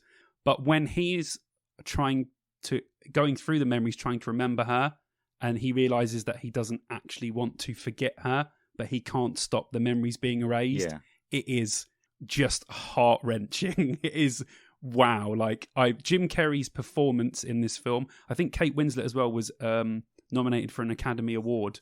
It won an Academy Award for Best Original Screenplay, but their performances alone are something to behold. I think for the movie, they spent a week together, just them two. Really? Just the whole week together, doing whatever they want, going off. There's on the DVD, there's extras then when they just go to a parade together. And the director liked it so much that he shot loads of bits for the movie, and it's them totally out of character, just being themselves. Yeah. Like, because they wanted to... They had full-blown arguments. They had scripted arguments when they were away to sort of fight almost like a couple. And you can really see how close and how amazing their acting is. Like, they feel like a real couple, not just like two people acting like a real couple. But yeah, I think it is a absolutely mind-blowing movie. Directed by Michael Gondry, who is a incredible filmmaker. Just the imagery... there's bits when they're in a house and the house is falling apart as they're having this argument because the house is being erased from his memory. On a directorial level, it is just on another level. It's fantastic. So if you like heart-wrenching science fiction films that will probably make you cry, this is the one for you. And to see, it's always great when Jim Carrey steps away from comedy and does drama, because it proves how much of a good drama actor he actually is and how many levels the guy's got. But yeah, it's a brilliant film, brilliant, and actually done really well at the box office. It was a budget of 20 million and made 74 million, so it actually done really well for such a weird, it's a film. It's not a movie. It's a real proper piece of cinema that actually done really well. Have you ever seen it before? Yes, a couple of times. I think we have spoken about it on here before. The first time I watched it was a long, long time ago. I couldn't remember anything about it. Kelly wanted to watch it because she had never seen it. This was probably 5 years ago, 4 to 5 years ago, maybe 6. And I don't remember how much I understood about it either times, because what you've just said there blew my mind. I know I've seen the film. Maybe I got it at the time while I was watching it. Maybe I understood it, but maybe I've forgotten. Or maybe I just didn't pay enough attention to what was going on. I can't remember. Yeah. But I mean, it does give you. It doesn't like mess with you to say that you have to make sure this is happening. They do say, these are memories that are going to be erased. Yeah. So you do have that set up. So you're not going, oh, what's happening? Why is everything disappearing? You understand that. So when you watched it, you probably were thinking, oh yeah, everything is really falling apart around them. But yeah, I definitely remember like the second time watching it with Kelly, being like understanding it a lot more and being a bit more emotional about it. But I don't remember much else about it. I wouldn't have remembered anything about the storyline apart from things were disappearing. I remember like a beach and disappearing. Yes. Yeah. It's if you've ever been in a relationship, I don't know, it's just it really, like, a lot of films don't give me any type of feels, but this really sort of hit home with me on that kind of emotional side. And the fact that it's a science fiction film as well, makes it even... If it was a standard drama, it would still be great, but adding in that science fiction element of having your whole memory of a relationship, because I'm sure some of us would say, I can easily erase that relationship, no problem. But I think the thing they go into about the film is the relationships make you who you are. So they always affect your relationships afterwards. So if you were to have those relationships erased, would your next relationship be the same as it was if you didn't have the last one? Yeah. So if you think about it on another level, it's just so well written and drives home so many things. So it's probably my second or third favorite film of all time, next to Vanilla Sky. Another film that makes me feel things, Vanilla Sky, which is why it's my favorite. So I highly recommend it if you haven't seen it. It's brilliant. Awesome. This is one that I think is going to blow your mind, probably more than Paycheck. So dude, Paycheck has laid me out, mate. Like if I was in a boxing match and like one of the gloves had Paycheck on it, it would have been a full uppercut. I would have been down seeing stars, man. So the next one is the ultimate knockout punch. Yeah, so it's going to lighten up the mood a little bit after that. But yeah, you reminded me of this one. I've just written it down because back when I worked in the game shop, Pitch Black came in all the time. I got Detroit Rock City from there as well. I never see it anywhere else. There was wherever there was. We've spoken about this one before, so I'm not going to talk about it now. But wherever I went, CEX, HMV, any game shop, any shop that did DVDs, there was always 2 DVDs that I'd look for. One was Detroit Rock City, and I never found it. The other one was Idle Hands. Whoa! Yes. And I never saw that one either. I think I've owned that a couple of times, and I lost it or give it away. And I don't own it at the moment. You're pulling some out of the bag that I was like, wow, totally not expected. My God, Idle Hands. Yeah. Yes. What a fantastic movie. Oh my God. Do I own it? I'm not even sure if I own it, I know it's got like... I must own 500 DVDs minimum. I can't even remember if they're all in alphabetical order, so I could check. Yeah. but yeah. All right. Well, tell us a bit about it, man. Well, yeah, I was just going to say, like, it was one that I kept lending out to people because nobody had ever seen it. So I kept lending it to people saying, you need to watch this. And there was just a couple of times I never got it back, so I had to order it again, usually off eBay, because I could never see it anywhere. I don't fully remember much about the story. Not as much as I did for Pitch Black and Paycheck, but it's all to do with... It's a science fiction, fantasy, romantic, comedy, thriller, drama, horror. It's everything. It's everything. It is everything. Yeah, it is an eclectic mix. I did like those horror, like the sort of the comedies that were sort of slightly horror as well, because I don't think I've seen many of them. I think that's what made this one stand out to me to start with. It's a very different film. Yeah, different to anything. There aren't many films like it. No, but I suppose Zombieland is kind of a similar. I haven't. Have I seen it? But it where it's got comedy, but also with the horror side of it as well. But it's a bit like it's got Seth Green. Is that him? Yes, correct. And is it his hand that gets chopped off at some point, and then something takes over his hand, and his hand's just going around killing people. And it's kind of like Carrie. They end up going to the school disco, and his hand's there trying to murder people. His couple of his friends die and get brought back to life, but in a comedic way. That's it's around Halloween as well, so everyone just thinks they're dead. No, it's Halloween costumes, but they're actually he's got a bottle in his head, and yeah. But yeah, it's that's that kind of film. It's like a teen horror comedy film, but like I said, there's not much like it out there. No, definitely not. No, I like those kind of ones where they take like a subject that you think would normally be in a scary movie, but they make it funny, even though it does have scary moments where you're like, oh, that's horrible. Yeah. But yeah, no, that's a really, really different film. I was not expecting you to say that either. Wow. Every time I use oregano, I think of that because they run out of weed, I think, don't they? And they're like, oh, have you tried dried oregano? Smoking this oregano. Yeah, I need to watch that again. I haven't seen that for a good 20 years as well. Yeah, I think I'm going to write that. I think this weekend's going to be Paycheck and Idle Hands, mate. I think that's going to be my weekend. I was thinking, what 2 films should I watch this weekend? But I think they're going to be the ones now. Nice. Paycheck and Idle Hands. Nice. But yeah, go check out Idle Hands if you haven't. It's really good. It's very 90s-y. Yeah. Like in a good way, like with what everyone's wearing and the way that it's sort of depicted. It really is very much a time capsule movie in a good way. 90s are back huge now, so I'm sure you guys will absolutely... I look back at these 90 films and whenever I watch them, I'm like, oh, everyone's dressed so awesome. Like, everyone looks so cool. Like, I love those 90s films. They're so good. Yeah. No. Okay, do you want to keep talking about that? No, I'm pretty much done. I can't remember a lot about it, just how amazing it was. And like I said, I just kept lending it out, telling people they need to watch it because it was an obscure film at the time, wasn't it, as well?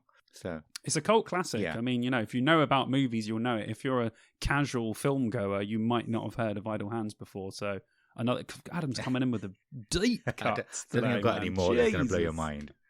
But that's okay. Yeah. You've done enough. Yeah. You've mind boggled me literally. Fucking hell. Okay, another film. Complete switch, obviously now from the other 2 that I said that were quite dark in tone. Another favorite film of mine is a comedy from 1986. It is Ferris Bueller's Day Off. So not a slapstick, but very much an 80s comedy. It is a time capsule of the time. Music wise, it's pure 80s hits. It's got the Yellow Oh Yeah song, Day, about that classic 80s tune. It's also got Twist and Shout by the Beatles on it, but I'll get to that scene later on. But I'll just give you a synopsis quickly if you haven't seen it. So Ferris Bueller is a high school student who fakes sickness to stay at home, and then spends the rest of the day with his friend and girlfriend skipping school. Meanwhile, while his dean back at the school is trying to spy on him to prove that he actually isn't at school, and he's not just sat up at home in bed. And obviously loads of comic things ensue by that. He puts like a dummy in the bed, and he's got stereo on with like a soundtrack of someone snoring, and his parents are like, oh, he's so nice and at home. And then obviously cuts to the next scene, and he's gone to the school to pick his friends up, and then he takes them to the city, and all sorts of stuff happens. But yeah, written and directed by John Hughes, starring Matthew Broderick in the lead, Alan Ruck, Mia Sara, and Jeffrey Jones as the dean. It is an absolute classic. It's hilarious from start to finish. It's pure 80s goodness. It's a really, I don't know, there's just no like, it's very innocent. It's, you know, it's a high school movie, but when you think high school movies, you think sort of grotty and sex and all sorts of stuff like that. It's not that level at all. It's just pure, innocent, skipping off of school. And I remember doing that a lot as a kid. So I was like, oh yeah, man, how many things could you get into? You know what I mean? Skipping school. So that always like hits home with me. But yeah, loads of, you know, making prank phone calls is something that I'm sure a lot of us done, and they do that in the film. That always reminds me of stuff. They steal a car, his mate's dad's car. You know, they go to an art gallery, they go to a parade where he mimes to the Beatles in front of like thousands of people. Just basically everything that you would want to do if you could skip school and do something really epic for the day, rather than just... And it flashes back to the school and people are just sitting at their desks like basically falling asleep, and then cuts back to him, and these guys are just having the best time ever. So it kind of makes you think, maybe I should have skipped school more and gone out and done loads of really fun things. He does something in a film that at the time I didn't know what it was, but he breaks what they call the fourth wall. So in movies, the fourth wall is breaking the TV and speaking directly to you as the viewer of the film or TV series or whatever you're watching. So I'd never watched a film before where the character turns directly to you and start speaking to you as the watcher of the film. Yeah. And at the time I thought, wow, that's amazing. Obviously later on I learned to know that that's breaking the fourth wall. So it is really cool when he talks to you and he says all this sort of cool stuff about what he's going to do and why he's skipping school. And yeah, it's just a really, really fantastically funny film. Have you seen it? No. Oh my God. That surprises me. Do you know that? That really surprises me actually with you. I would have thought this would be one that you would like, because I think this is in your wheelhouse of comedy. Yeah, definitely. It probably is. I obviously know about it. I know a lot about it. How big it was at the time. My cousin who owned the game shop that I worked in, that I've said about, he was all over this. Yeah, he loved it. It was one of his favourite films, but I just never got around to watching it. Wow, okay. Well, it's a very short film, so you might be able to get it into It's not 3 hours. I think it's pretty much an hour and a half. So classic 80s, you know, let's not mess around. Let's cram everything we can into an hour and a half and everyone can go home and enjoy their day. So that's what I do miss about some films. I do like 3 hour movies, don't get me wrong, but I do also like it when they go, listen, this is the film. We're going to entertain you for an hour and a half, and then you can go about your business. Yeah. I enjoy that as well.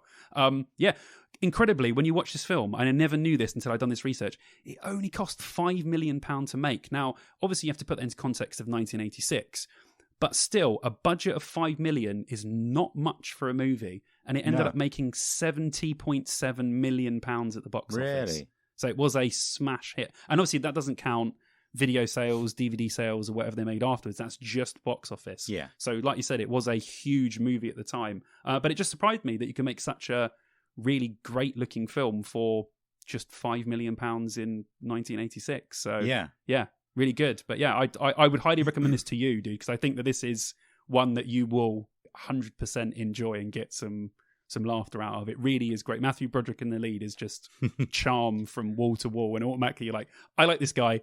I want to spend the day with this guy skipping school because it's going to be fun. Yeah. So yeah, if you want a fun short comedy, this is a must watch, I think. Yeah, it's just a shame we don't have as much time anymore, because I think the very legal TV thing we have to watch films is Kelly's favorited about, I think it's at least 150 films on there.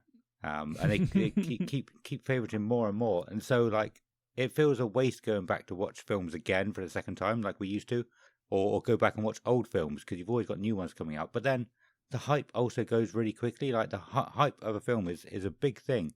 Like you look at films that came out 4 or 5 years ago, or films that we saw trailers for at the cinema that looked absolutely amazing that we never went to see. You just don't want to see them anymore. I don't know why. One of them was it was an F1 film. I don't know if you can remember it. It was maybe like 7, 8 years ago now, closer to that. Oh, yeah, with Thingy in it, who plays Thor. I don't know. He had like blondie hair. Anyway, I'm sure. Yeah, that is. What's his name? Chris Hemsworth. What's his name? Chris Hemsworth. It's got Chris Hemsworth in it. I know what film you're talking about. Can't remember the name of it. Rush. But yes. Was it Rush? Rush. Yeah. Something like that, yeah. We saw that again the other day, and we were like, "Oh yeah, we really wanted to watch that," but there's no hype behind it. We haven't seen the trailer anytime recently, and I'm sure that's the same with a lot of films. Yeah. So yeah, I want to go back and watch a lot of these older films. Like I'd love to see all the Arnie films again. I'd love to see all the Van Damme films again. But also it feels like we're wasting time not watching the films that are coming out at the moment. So it's difficult having kids. Very difficult having. Yeah. We'll get there again eventually, though. We'll get through that list and then start working our way back through the years, probably. All right, let's have a look at this. Well, a few of these we've talked about before, so maybe I won't talk about these again. But another one that you said about that, I mean, a lot of people deliberately started trying to spend as little money as possible and try and make as much as possible. Like Cube, they did that very, very cheaply, didn't they? That's a good and they made film. a lot of money. But yeah, I got that one on my list. You can make good films. Yeah, you can make good films on small budgets if you're a really good filmmaker. Budgets have changed, but yeah, you can make a film for a couple of million, and if you've done it right, you can make a lot of money. Yeah, but I feel. I mean, I don't know this, but I feel.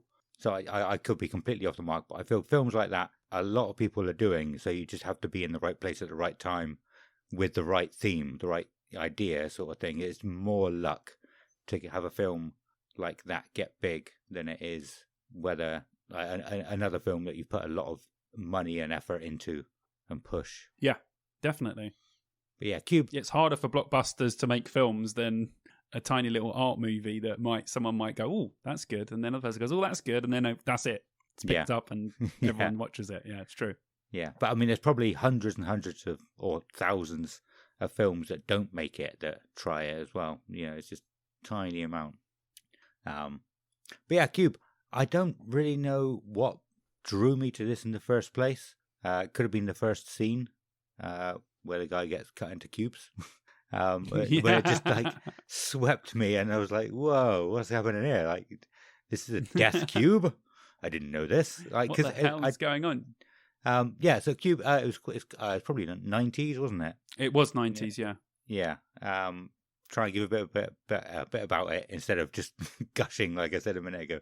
I think it's like 8 strangers wake up in this cube. Like, you got lights all around. They can't see anything outside. They've got hatches on every side of the cube. So there's 6 hatches. They can go left, but they can go any way they want. They've got to open the hatch. But yeah, straight away, one guy goes into the next cube over, and he gets sliced. Very similar to in the Resident Evil film.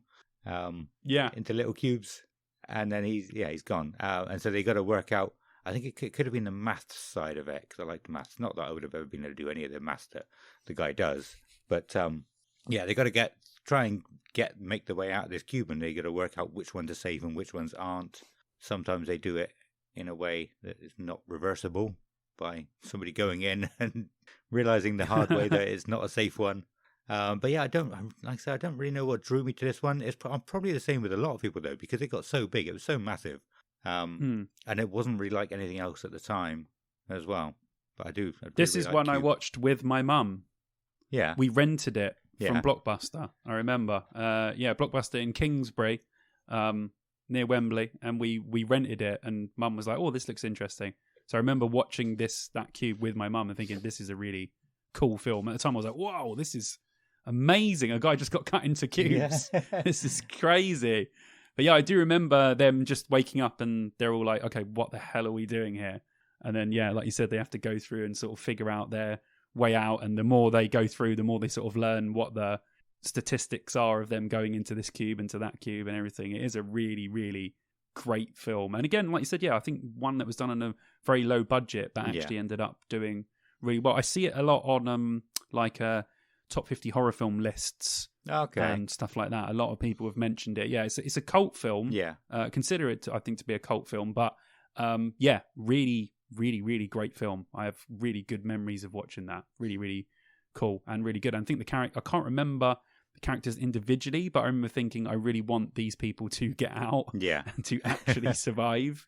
So yeah, I mean, it might have been like a like a crayon original writing for films like Saw and stuff like that, because it came way before those sort of films did. But those kind of like torture escape movies, it's definitely one of the first ones that I saw. Yeah. I actually have a board game as well that's very, very similar to the film. It's awesome. So close to it. It seems like they wrote the game to be like a cube film, but they were never given the IP or never granted the IP. The rights. So they called it, what was it? It's Room 29, I think it's called. Nice. Played it a couple of times. Yeah, it's all right. Apparently the expansion makes it really good, and we haven't played it with the expansion yet. So, yeah. But cool. It was nice. Cool. Very cool, yeah. Check out The Cube, definitely. That's a great film. Yeah. You're coming in with all of these curveballs, man. I'm like, how is he mentioning these films? This is crazy. You are blowing my mind every single one that you come out with. Jesus. Awesome. I'm glad to hear. What is your next one? Next is... I'm going to nerd out now, I'm sorry. It is a Star Trek movie. It is 1982's Star Trek II, The Wrath of Khan. By far the best Star Trek movie out of old and new, without a shadow of a doubt. So I just quick synopsis. So with the assistance of the Enterprise crew, Admiral Kirk must stop an old nemesis, Khan Nuan Singh, from using the life-generating Genesis device as the ultimate weapon. So, yeah, it's a Star Trek film. Weirdly, the first Star Trek film, the original, the motion picture. So when you watch Star Trek, it's like space adventure. Everyone's going around having adventures on different planets, blah, blah, blah, blah. And then they made the first movie, and it was a really slow-paced 2001 remake, very little dialogues, really slow-paced space adventure, and everyone hated it. Right. So they done not the complete opposite, because there's still a lot of sort of ambient, really nice parts in it, but this is essentially a science fiction adventure movie rather than the first one being really, really slow. So this one, everyone loved it because it was such a step away from... The original was such a step away from what people thought Star Trek was. But yeah, so written by Harve Bennett and Jack P. Sowards, directed by Nicholas Meyer, who literally directed the 3 best Star Trek films. Okay. In Star Trek lore, in the original series Star Trek films, the odd numbers are shit and the even numbers are good. Right. That is the rule when it comes to Star Trek movies. So Star Trek, the first one, shit, but I love it. I love all of them. Wrath of Khan, great. Search for Spock, shit. Voyage Home, great.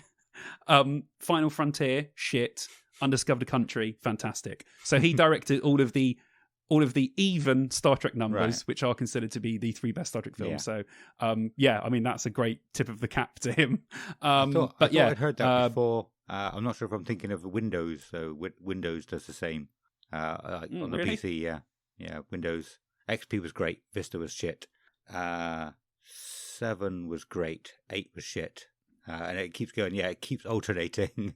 10. I think there's a line good. in Shaun of the Dead when they say about all the odd-numbered Star Trek movies being shit. Okay. I'm pretty sure there's a line in Shaun of the Dead where they say that, and I was like, that's so... Because I know that Simon Pegg's a huge Star Trek nerd, so I was like, I'm so glad they put that in. Yeah, he's been in Star Trek now. Film or is it a series? I can't remember. Film. He's in all the new Star Trek movies. Yeah, Star Trek Into Darkness, Star Trek. Yeah, and he's brilliant.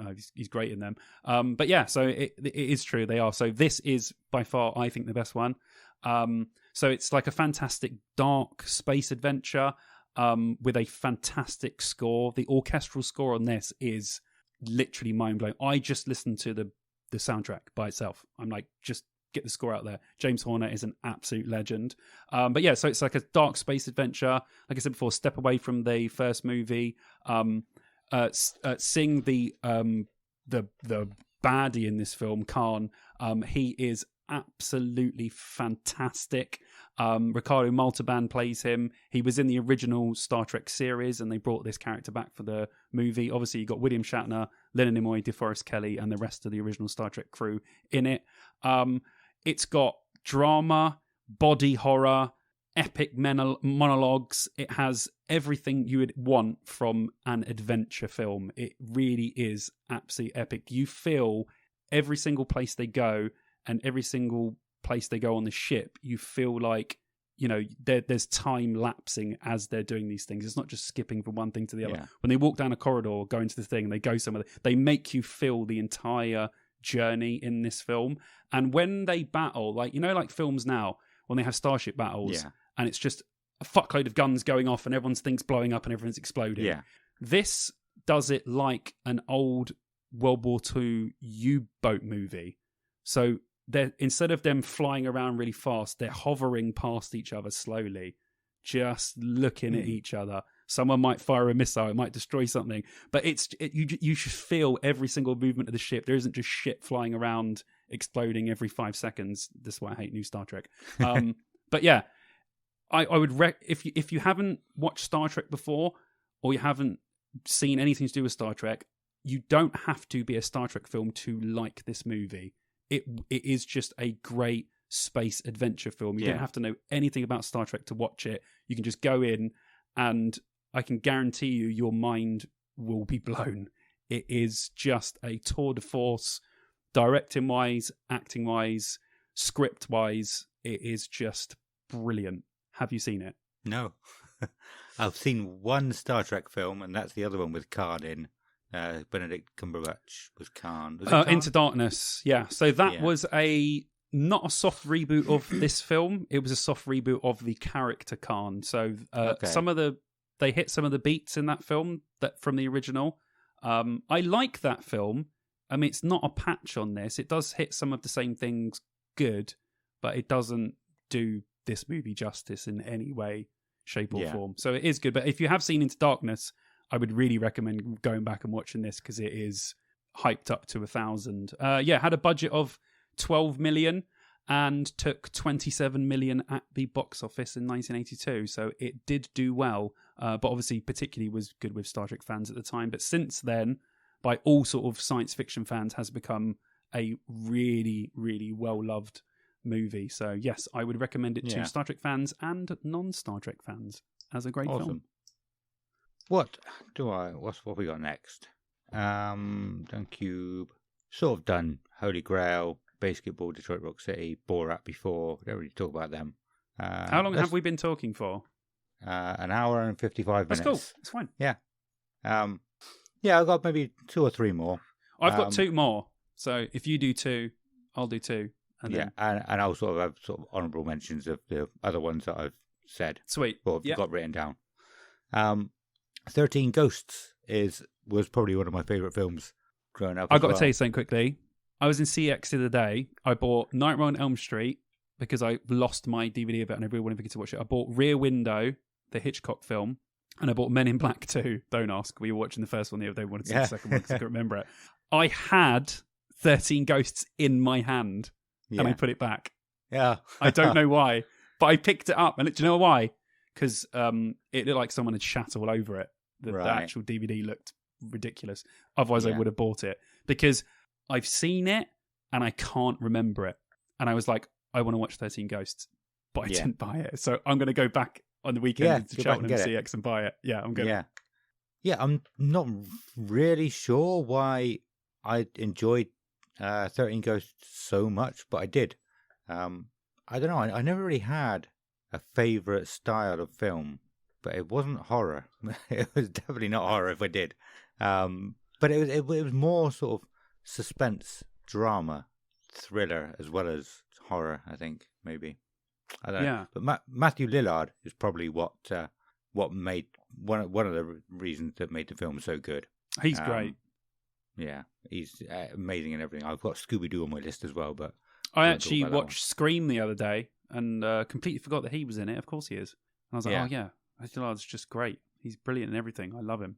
Yeah.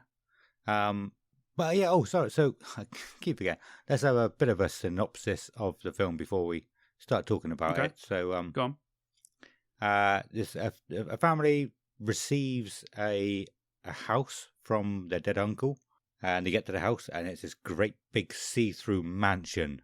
And Matthew Lillard is one of the people sort of taking them through it and showing them around.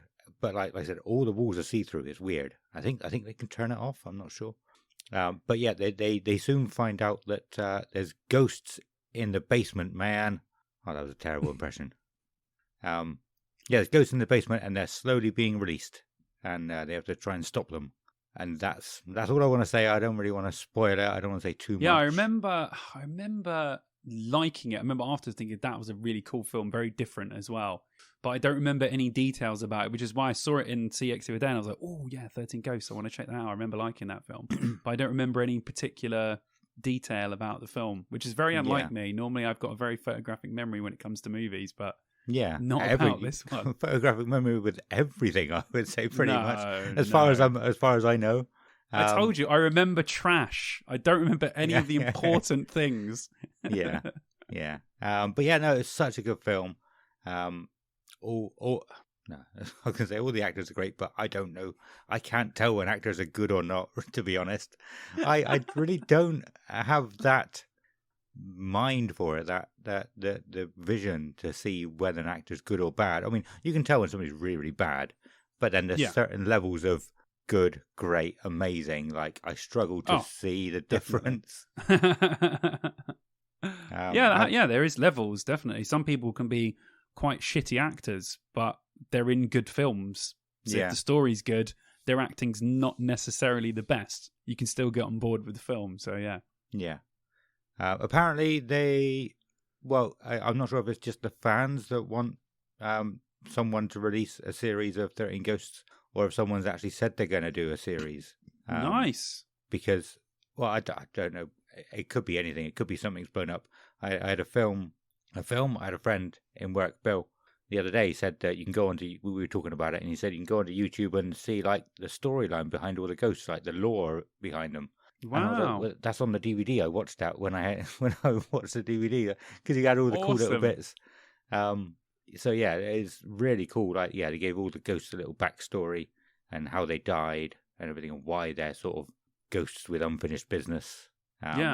But yeah, having a series or like one episode about each ghost, or start off, and if you got the right people with the big enough budget, do a series about each ghost. Maybe not too much because it's 13. Oh, that would be cool though. But you could do a few episodes, definitely. Yeah, that actually that triggers something that we used to have when you had DVDs, and I still buy DVDs and Blu-rays now, but I think that's what streaming is missing now. There was always so many cool things on the DVD if you wanted to delve into, making of or gag reels or, just extra stuff, deleted scenes, all sorts of stuff with the films that you just don't get with streaming now. You don't get those little extra things that make you love those films even more. And I feel like that's what physical media had that's been lost. I mean, I'm not against streaming films or anything like that. I'm not one of those kinds of people, but I feel like you're missing out on those extras that you can really make you love those films more, like that, like putting in all of the lore and stories about. You wouldn't get that now. You would watch the film and go, okay, I really enjoyed it, but you'd have to delve deeper somewhere else, whereas before you could just click on the DVD menu and go, oh, what's in there? Oh my god, there's extras about the film itself, which makes you love it even more. So yeah, I feel like that's what's missing from streaming, those little things. Yeah, I have a feeling you can find things like that on Disney Plus. I'm not 100%, but I'm sure I've seen a few little things. But it's not the same. It's not in the same place like it is a DVD. You can either watch what's on the DVD or get up and change the DVD. And quite often you would watch it and then really enjoy it. Whereas if you're on a streaming platform like Disney Plus, you can go, I can go and watch something about the film I just watched, or watch another film from here. I don't have to get up. So the option is there to just watch something else. I think that could be Yeah. I think it does exist on Disney Plus, but it's not the same. No, but still, yeah. I mean, at least they're trying. That would be good. I mean, it would be great if you went onto a streaming site and they could put on all those extras. So if you clicked on a film, it would say, "Hey, you can watch the movie, or you can watch these extras, or whatever." But I'm sure we'll get there with stuff like that. I would have thought that would be pretty cool. But I'm sure there's all sorts of rights and all sorts of stuff that goes into that kind of stuff. But yeah, that would be really cool. Yeah, yeah. What else do you have? You said you have 2 left or 1? I would, weirdly, yours are linking over to mine because it's obviously not the same film, but mine is also a horror movie that I would like to talk about. It is 1980s psychological horror / thriller, The Shining. Obviously a pretty well-known movie, directed by, of course, the legendary director Stanley Kubrick. I'll just give you the synopsis of this quickly. A family heads to an isolated hotel for the winter, where a sinister presence influences the father into violence, while his psychic son sees horrific forebodings from both past and future. Obviously, a psychological horror, of course, starring Jack Nicholson, Shelley Duvall, and Danny Lloyd. Like Adam said earlier, Dr. Sleep was the book, as this was based on a book by Stephen King. Second to that being Dr. Sleep, which is also a film which I actually haven't seen yet. I really, really want to watch it. Say that again. So, The Shining, Dr. Sleep is the Dr. book. Sleep is the second book. So you have The Shining, and Dr. Sleep is the sequel to that, and also the movie sequel. Stephen King has a thing about really not liking movies based on his books. He's been well known for commenting on things and movies not going in depth, and it's kind of like with books, like Lord of the Rings, stuff like that. You can't put all of the pages into a movie would be 6 hours long if you done exactly like the book. I think this has done the book a really fair end. He tends to think that the main character Jack doesn't have the full circle journey that he has in the book, and he said that although he really likes the film, which is surprising for Stephen King, he still didn't feel like it had the end to the character, to Jack Nicholson's character, that he wanted, but he does appreciate it as a film. So it's actually a film based on a book, his own book, that he actually likes, for a change. Of course, Stanley Kubrick has done loads of other legendary films. This movie has a lot of weird things tied to it.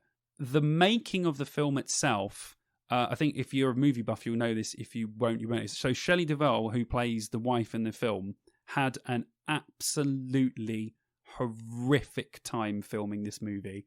Stanley Kubrick was known to bully her, mistreat her, get her to repeat takes when she didn't want to do them. Hundreds of times wasn't it? She 127 times apparently they made them redo one scene. Yeah. She was badly treated. She said she was constantly crying. She fell out with him. He wouldn't let her talk to Jack Nicholson. And, we all know Jack Nicholson is already a weirdo to be on set with. Apparently he was a complete weirdo at this point as well. She said she was constantly crying. She had panic attacks. But I will say she gives the best genuinely scared person acting performance of all time. You will never get a better reactive performance from anyone in a horror movie than you get from Shelley Duvall in this film. It is brilliant. Yeah, well, she wasn't acting, was she? She wasn't. I mean, you can see her scared. Her eyes are puffed out the whole film because she was just having as much of a nightmare filming it as the actual movie makes you feel a nightmare. Also, there's other weird stuff because the film has so many weird visuals and stuff. There's so many fan theories about the film. A lot of the people think that the hotel itself is actually hell and they are trapped in it. Some people think that the film is a metaphor for Native American genocide, as there's a lot of Native American imagery. And they do mention that it's built on an old Native American ground. They also believe theories that because of the maze in it, that Danny and Jack are playing out Theseus and the Minotaur from Greek mythology. And the biggest one attached to this film is that Stanley Kubrick originally directed the moon landing in 1969, and that was a fake moon landing directed by Stanley Kubrick. and he puts imagery in the movie to tell you that he was the one that filmed the original moon landing. I mean, I can't go into all of it, but there are entire articles. There's a whole movie about the film that goes through everything, all the theories, what all the imagery. This is on so many levels, not just a psychological horror film. It is, you can go crazy trying to unwind all the stuff in this movie. And, you know, it's a great film. It's brilliantly directed, but it has so many other things tied to all the Shelley Duvall stuff, all the fan theories. You know, Stanley Kubrick died. He said a few things about some of them, but he said, you know, a lot of it's open to interpretation. Same with the book that Stephen King said, it's all open to interpretation by different people. So it's if you're a film buff and you haven't seen it, I think it's a must watch just for the intrigue of watching it. Yeah. And being like, there's a lot of stuff to sort of unpack in this. But yeah, it's definitely one of my favorite horror films of all time. I think it's genuinely terrifying and eerie in moments. It's a very weird film, one of the weirdest horrors. Jack Nicholson slowly becoming unhinged throughout the film is something to behold. I mean, he's got a freaky face anyway, and obviously we all know, of course, the smash through the door, here's Johnny, the kid saying red ram, and you know, there's so many famous bits from the film. But yeah, I really think for anyone that appreciates movies on any level, you should watch this movie. Have you seen it? Yes, yeah, only a couple of years ago, actually. I think when Doctor Sleep came out, Kelly was like, "Oh yeah, we should, we need to watch Doctor Sleep." I had seen The Shining before when I was quite a bit younger. I didn't remember anything about it, so she was like, "Yeah, we need to watch it again." I like you just said, I had seen so many of the bits over and over and over again that it, the same as a few things I've said tonight, it wasn't as big a thing for me as it is for some people, because I was expecting it all. You know, it's that I had seen all the main parts of the film, and like, I don't know, I can't really describe it. I wasn't that bothered. I wasn't that. I mean, it was. I appreciate it as a good film. I enjoyed it, but I didn't hold it up as much as a lot of other people do. Yeah. Like me. Yeah. But yeah, it had a budget of 19 million, which is actually quite a lot of money, especially for 1980. And for a horror, actually made quite a bit of money. At the box office, it done 47.3 million for a horror movie is actually really good. And you've got to take that into context as well. 47 million pounds in 1980 was a lot of money. Yeah. So yeah, it did do really well. Big budget, actually. I mean, it looks great. I mean, I think the opening shot of the American Midwest hills is one of the best opening shots of any film ever.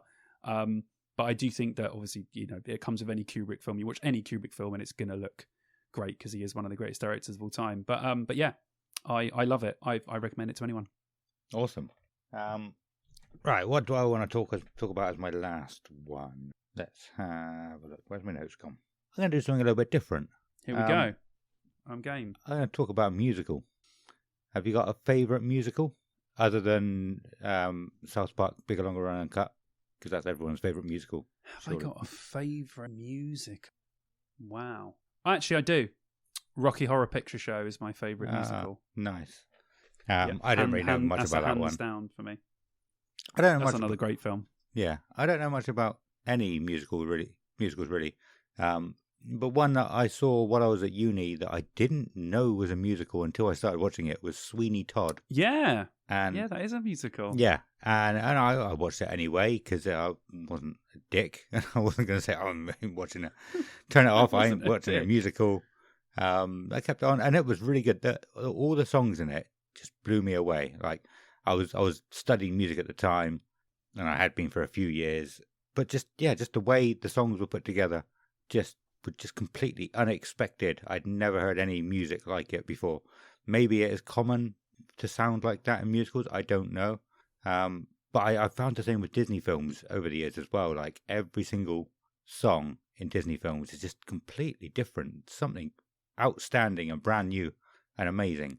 But yes, they are done really well. Disney musicals. Yeah, they do. There is some classic Disney musicals. They are done fantastic, which is why they're all held in such high regard. I think they're all done brilliantly. Yeah. But yeah, Sweeney Todd. it just, like I said, it just blew me away, and it's something that I watched over and over again after that. Even though it was a musical, I was like, I'm watching it again. It's such a good film generally. The fact that I think one of my favorite people in it is Sacha Baron Cohen and his character and his great songs, the songs that he sings. I think I've done it again. I haven't actually got any notes written down in front of me apart from the titles of the film, so I'm not going straight to synopsis like Simon is. But yeah, so I'm sure a lot of people will know the story. It's set in like Victorian London, I believe, something like that. Yeah.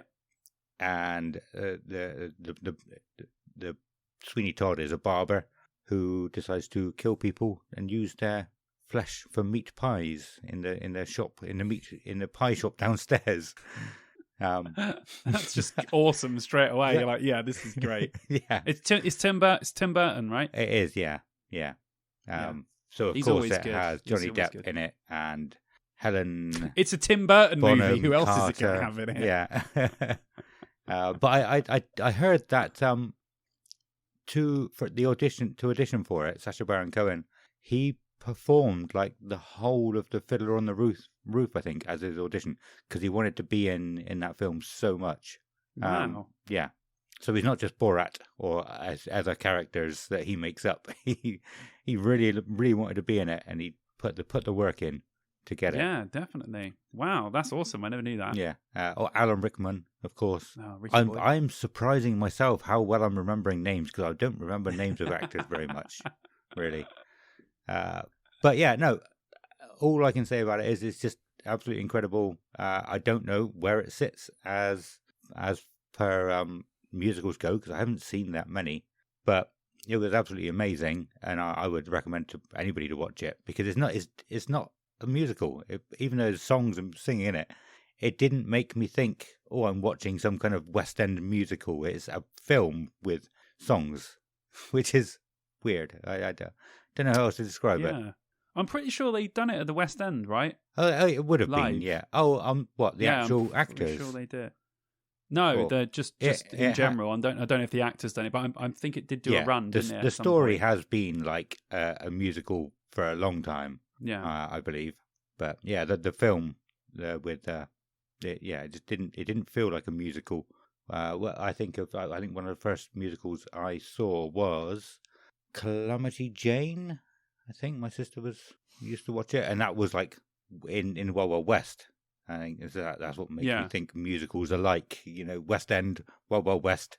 They look like that, but no, it's like not Victorian London. No. But yeah, that's all. I haven't watched it in a long time. I've watched it and I remember enjoying it, but again, it's another one that I need to go back to and watch again now that you've say how good it is. So I'm starting to remember. Oh yeah, it's got loads of good people in it. Yeah, it's probably got some really good songs in it as well. Yeah, just like I said, just the way the songs go. There's like the melodies of them is just fantastic. It's just I don't know, it's not what you expect. They sort of go different pitches and then they're sort of I don't know. I can't describe it. Just watch it. And Simon's going to watch it and describe it next week because he's very good at that. I'll try and describe Sweeney Todd to you guys. But yeah, no, it's great. I'm going to add that to you've bummed me out with films now because you're like, bloody hell, you're giving me a full list to watch, man. I have to watch all these films now. I'm like, yes, loads to add. Awesome. I like it. Very cool. Shall I move on to my last film? Yeah. Okay, my last film, which has actually a great fact with when it came out. It is the science fiction action comedy 1984's Ghostbusters, and it was released on my day of birth, the 8th of June, 1984. 2004, because I'm like 25, or whenever I was born. In a distant future, the sci-fi film 2004. But yeah, so it came out in 1984, 8th of June, on my day of birth, which is really weird, and it is one of my favourite films of all time. I watched this. My mum hates this film because I just never. Me and my brother would just. Apparently, she said she would come down in the middle of the night. She'd hear all this like weird rustling and the TV on downstairs.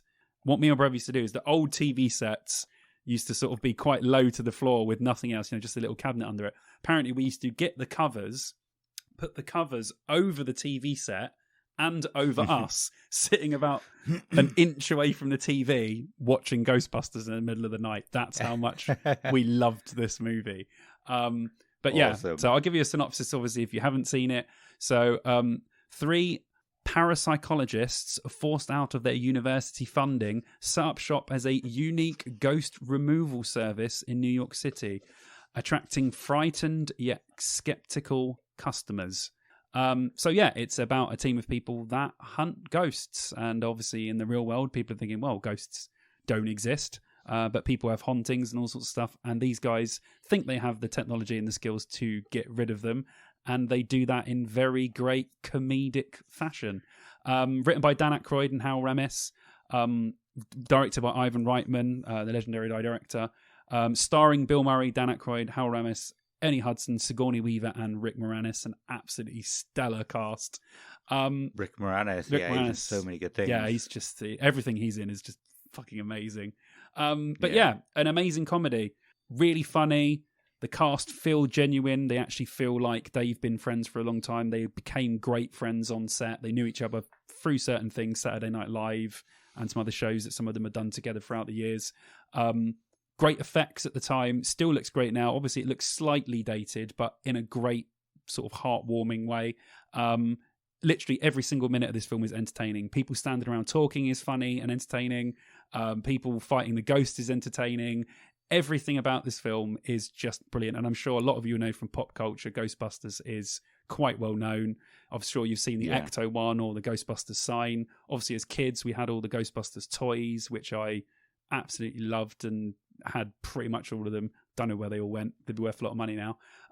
But yeah. It's a great film. It's a great film. I mean, we watched it quite young, but looking back now, some of the ghosts in it are quite terrifying. So I wouldn't recommend showing it to anyone under about 10. I think if you get to about 9 or 10, you'll go, this film's cool, that's a bit scary. Do not show this film to like a 6-year-old, because they will F themselves. And the weird thing about this film is as well is that it's got layers, because the actors don't play it like a kid's film. So a lot of the jokes that they made and the sexual references and the more adult-themed jokes at the time, I didn't get. Whereas you watch now and you go, I get all of those jokes. But as a kid, you're just thinking, oh, these guys are hunting ghosts and that's really cool and that's why I like this film. But you don't get any of the sexual jokes or relationship bits or any of that stuff until you watch it now and you go, oh, yeah, that is a good joke. But I definitely wouldn't have known what that was in reference to as a kid. So they play it right on the verge of between a really adult film and a kid's film. It sits like perfectly in between those two things. So you can enjoy it whether you're a kid or an adult, which I think is why the film was such a huge hit, because anyone of any age, above 10 could enjoy the movie no matter what it was. Obviously, it done massively. It only had a budget of, this is actually quite astonishing, it had a budget of 30 million, which is a lot in 1984. Just at the box office, it made £295 million in 1984. That is an absolutely whopping box office number. I don't know what that would be in today's terms, but we're talking like, Endgame Marvel film numbers. That's what this is almost relative to. It was a smash hit. And the second one is still a good film. It's kind of shitty, but I love it anyway. It's obviously not a patch on the first one. But yeah, I'm sure a lot of you have seen it. If you haven't, you should definitely go and watch it out. Seek it out, and watch it, because it's a great time. Do you like the Ghostbusters? I did as a kid. I had Ecto 1. I think I had a lot of other toys. I'm sure I saw the film. I don't remember much about the film when I was growing up, though. Did I watch it recently? I don't think I have watched it recently. I have. I think maybe it was on one Christmas, and it was just on the TV at like the communal Christmas place we went to. I can't remember. I don't know much about the film at all, really.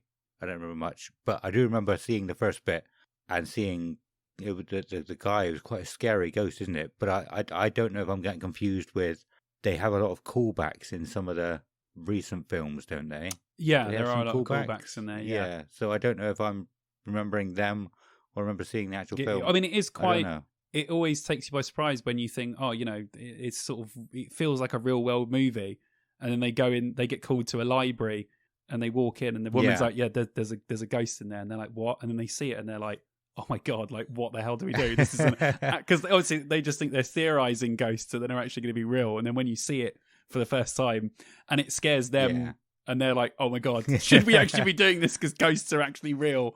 And I think that's the charm of the film. It's played in a very, like, there are a lot of jokes about it. Like, there's a joke in there that I never would have got as a kid where they come out of the bank, and to get the funds for their station that they're going to get, they make one of them get a second mortgage on their house, and they walk out, he's like, it's a second mortgage, it's fine, don't worry about it. And it's a hilarious throwaway line that at the time I had no idea what a mortgage is, but now it's hilarious that they forced him to take out a second mortgage on his home just to pay for this ghost busting business that they don't even know will go anywhere. So those sorts of just little like charming bits in it just really make you kind of like it. And obviously Bill Murray is just incredible, Dan Aykroyd, they're all absolutely fantastic in the film as well. So I think that all adds to it why it was such a smash hit. And even now people watch this film, and I mean, it's got a 95% rating on Rotten Tomatoes, which must be one of the highest for a comedy film. It's a science fiction film, but it is a comedy as well. So I just love this film. I think if you like comedy at all, or you like science fiction, or you just want something really fun from start to finish to watch, Ghostbusters is definitely one of the ones that you should go to and check out 100%. Yeah. I think talking about it more, and if I watched it again, it would bring a lot of stuff back. I don't remember a lot about it at the moment, but as soon as you said about the thing in the library, I was like, I remember this. Yeah. Yeah. And it came straight back. Yeah. But at the moment, I don't remember a lot. But one thing I do want to say on that, it's getting late. I'm struggling to keep my eyes open, but I don't want to stop talking about this because it would be a while. I know we've got the outro and everything to do as well. But what I was saying earlier is I'm not the best at knowing like the levels of good or mediocre. I know very, very good. I know very, very bad. But the middle ground is where I struggle. So like the two most recent Ghostbuster films, the one with all the women, and then the one with the kids was the most recent one, wasn't it? Afterlife. And everyone hated the one with the women, and everyone absolutely loved Afterlife. I thought they were both all right. I couldn't have told, if you told me to sit down and watch both of them together back to back, I couldn't have told you which one I prefer more, because I thought they're both all right. They're not bad. And so I don't understand. I just know if I enjoy something or I don't. I can say straight away, I loathe Ghostbusters 2016. I loathe every single thing about it, because it was and the whole casting the woman thing wasn't the thing that put me off the movie, like a lot of people. And I know at the time it was forced. It was a very forced sort of, at that time, a lot of things was happening with the female movement, and I'm totally for all of it, but they really were at that point force punching women roles into your face to make you like them, and that's only going to make people dislike them. And I think that the thing that I didn't like about it was, don't put women in films in roles that men have already been in and try and make it better just because they're women. Write better female characters than men. That's what you should be doing. That's empowering to women. Trying to force women into a film playing the same characters that were previously played by men and trying to make it better, and then saying it is better just because it's got women in it, is not empowering to women at all. That is just a silly way, and it's only going to make people have the opposite effect to it. And I think that the fact as well that it was a real soft reboot, it followed essentially the same story, everything was done, but it was just done to a way worse level. They should have done a Ghostbusters film with women, with new characters. They could have done a Ghostbusting thing as well, or carried on from this one, like a passing of the torch. I feel like that would have been much better. But copying all the beats, doing the same characters, but making them women and kind of forcing you to like it, just had the complete opposite effect on me. Where Afterlife, although I think it was okay, I don't think it was great, it was still fun. It was much better because it was an original story. And you had characters that were linked to the old characters, but they weren't the old characters. And I think that made it far more enjoyable. But yeah, that's why I just can't stand Ghostbusters 2016. I loathe it. Yeah.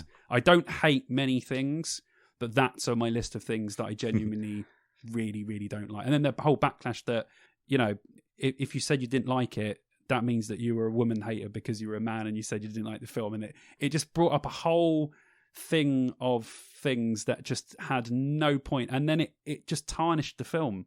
The film will only ever be remembered for those things. So it done it a disservice rather than a service that it should have done. So, yeah, I feel like it really hurt the film. So, yeah, sorry, guys. Don't like Ghostbusters 2016. No. I thought it was all right. Anyway. Go back and watch the original, okay? And then we'll talk. I like women, so I thought it was okay. I'm not going to put that, though. It's like that's a horrible thing to even joke about. I won't put that bit in. But no, I thought it was all right. You should. That was funny. Oh, I'll put it in. Okay, I'll put it in. Why not? But yeah, that's it. I've got a few other ones. I just want to. I'll say the names and then like a sentence because I didn't know how many we were doing. I didn't know what we were even doing this episode. so there's a few that I've written down. Basically, mostly other ones that I just would have watched back to back, or not back to back, over and over again as a kid. Like we said earlier, we don't really do that anymore. I don't know if kids would do that these days when they get a bit older. They stick to one film. I think Frozen was done. Frozen was, people did Frozen a lot, I'd imagine. But I don't know. I'll find out when the kids are older. I'm looking forward to when they get old enough to make little dens at night to watch films. Nice. Like you just said. That's cool. At the moment, they argue a lot because they want the same things. Anyway, which ones didn't I say? Pirates of the Caribbean, the first one. I watched that over and over again. That's such a good film. Great film. Absolutely amazing. I think they're all good, but that one, watched over and over again. The Resident Evil films. I really enjoyed most of them. Can I say something about that quickly? I bought them all for us to watch recently.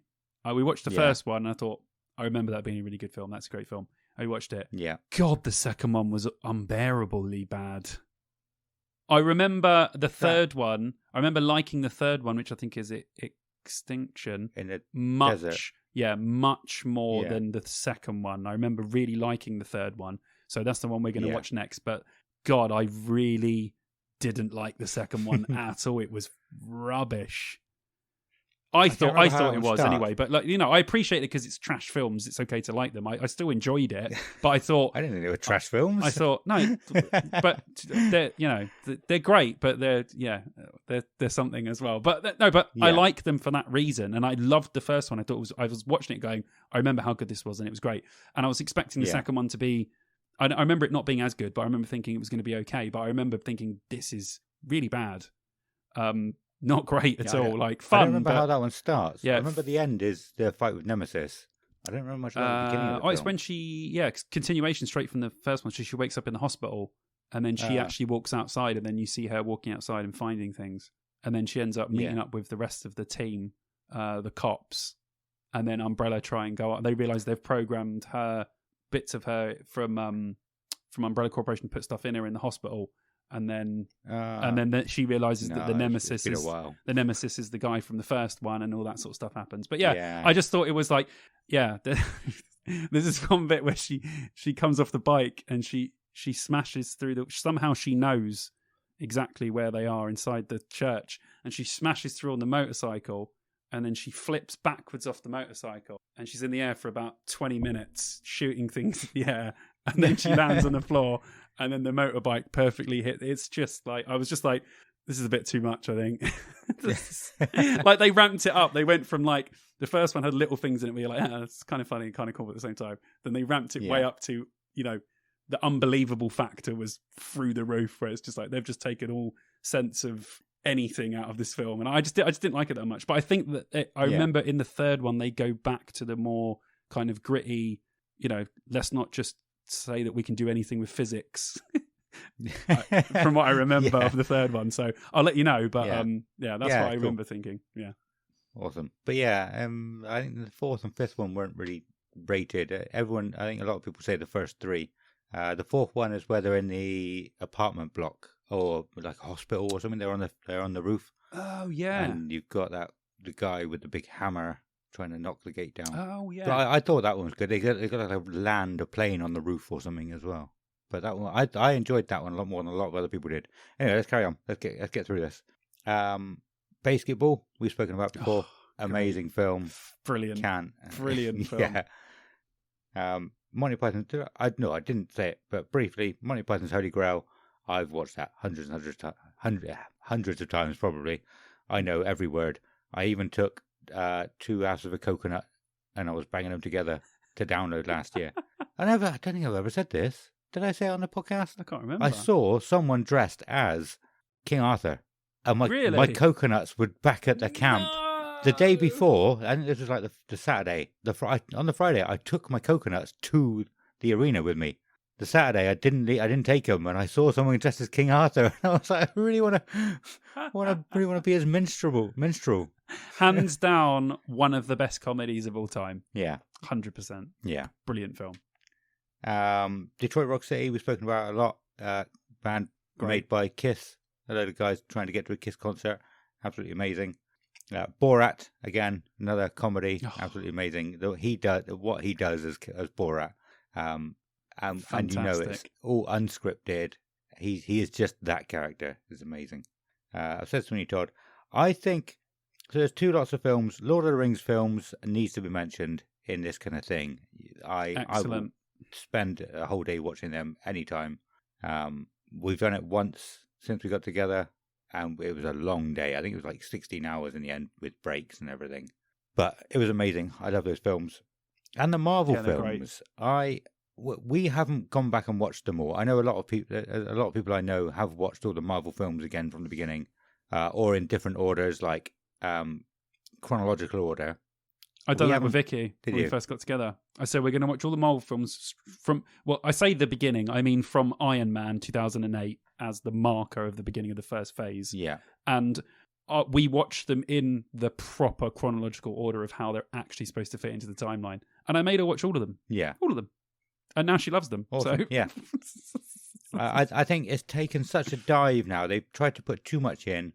It's not talked about anywhere near. Well, I don't hear anybody talking about any of the films anymore. Yeah, or have. Shows. They went from all being awesome, and in this phase now, they're very hit and miss. Yeah, you'll get one where it's like that was excellent, stands up with the rest of them, and then you watch another one, you'll be like, oh, that was pretty poor. Yeah, they're really struggling. They're clambering the walls at the moment to try and obviously Marvel fatigue for a lot of people has kicked in, where you know you can only watch so many series and films of Marvel before you think I kind of want to start watching other stuff now. So I get it. Yeah, but they've ruined the film industry for a lot of other people as well. For a lot of other films, like everyone feels like they have to have a big franchise with the newest film of the series coming out. People don't really make just one-off films anymore. They're all just trying to make. Yeah, that's true. Yeah, especially comic book based. You never just there's an odd one or two, but. Yeah, you get one comic movie that comes out and you think, oh, that's going to be a great standalone film. And then before you know it, the second and third ones are in production and you think, fucking hell, here we go. Yeah. Yeah. But yeah, we haven't done it. We will. We're waiting until Soren and Nova are old enough to watch them all with us because we don't want to watch them all now and then do it again in like 3 or 4 years' time. But yeah, I think we've seen a couple or bits of a couple. I think maybe we watched one of the Guardians of the Galaxy with Soren, and you forget how good they were, how epic they were at the time of coming out. Now that it's all past, you haven't seen it, but it was the same with Game of Thrones. Like the last season ruined it, but it ruined the rest of the series because it was so bad. I'm sure you've probably heard about all of that. I have heard that. I mean, it happens with a lot of great series. A lot of great series start off really strong and then they normally end up nosediving at the end. It's very rare when you get one that is great all the way through. Most of them tend to tank off. They always. This is the thing with American seasons and the way that American TV is produced, even though some of them are British, but they're produced the American way, where an American series will go for 9 seasons. And the first 5 seasons will be fantastic, and the last 4 seasons are absolute dog crap. Yeah. Where you get British seasons where they'll do 2 seasons, and it's never enough. Yeah, like, they could have gone another season. So yeah, the American way of doing it does. Things go on far too long now. Yeah, far too long. They go on for, do a 3 and done, a 5 and done. If you go on for 9 seasons or 6 seasons, 7 seasons, it's bound to tank at some point. Yeah. It's just going to happen. I mean, or if you know you're going to go on for that long or want to go on for that long, have the story written for that long. Not have the story written for 4 seasons. 4 seasons. Oh, that was four very seasons. Farmer then. Instead of having it written for like say 4 seasons and then making it up as you go along, if you get greenlit for the next season, like have it written in the first place. A lot of people with Supernatural, a lot of people said that was meant to be 5 seasons, so they wrote 5 seasons, and it ended very well after the 5th season, and then they did like another 10 seasons after that because people kept wanting more. They should have just finished it at 5. I mean, I enjoyed all of it, to be fair, but I don't think a lot of people they probably lost a lot of people the further they went. Longevity. Well, I watched the first 3, and then I haven't watched it since. My brother's a huge Supernatural fan. Yeah. And he keeps telling me to go back and watch it. And it is on my list of things to eventually get round to, because I think Vicky will really like it as well. Because it falls into that sort of Buffy and Angel-esque kind of series. And she really enjoyed those. So I think she'd get a massive kick out of Supernatural. But there's 13 seasons, I want to say. Is there 13 now? 12? 13? 15, it could be 16. Wow, is it that many? Yeah. My God, I thought it was 13. Wow, okay. Yes, that is a lot of seasons of television to get through. Wow. Yeah. All right, well, let's leave it there then. I think that was the end of my list anyway. Yeah, nothing else I really want to talk about. As all of my films talked about, all of your films talked about, we will have to do this again because we've been talking for a long time. It's like I don't want to stop because we're not going to do another film one again for a while. So I want to cram everything in about films that we can. But we will obviously do different episodes again in the future. And we'll definitely get round to doing another movie one at some point. 100%. Yeah. Before we go into the outro, we are going to read out the list of supporters from our Patreon for the first time ever. Yeah. And like I said earlier, we got one straight away. I am going to read out 2. So the first one, pretty much, as soon as I put it up on the Discord, James Harrison, thank you very, very much, joined the Dogtooth stage tier. I should add in that. I couldn't believe it straight away. Like, it is always one of those things where you think you don't want to put it out because you could go, we got a Patreon. And then 6 months later, you'd be saying, we got a Patreon. No one's joined yet.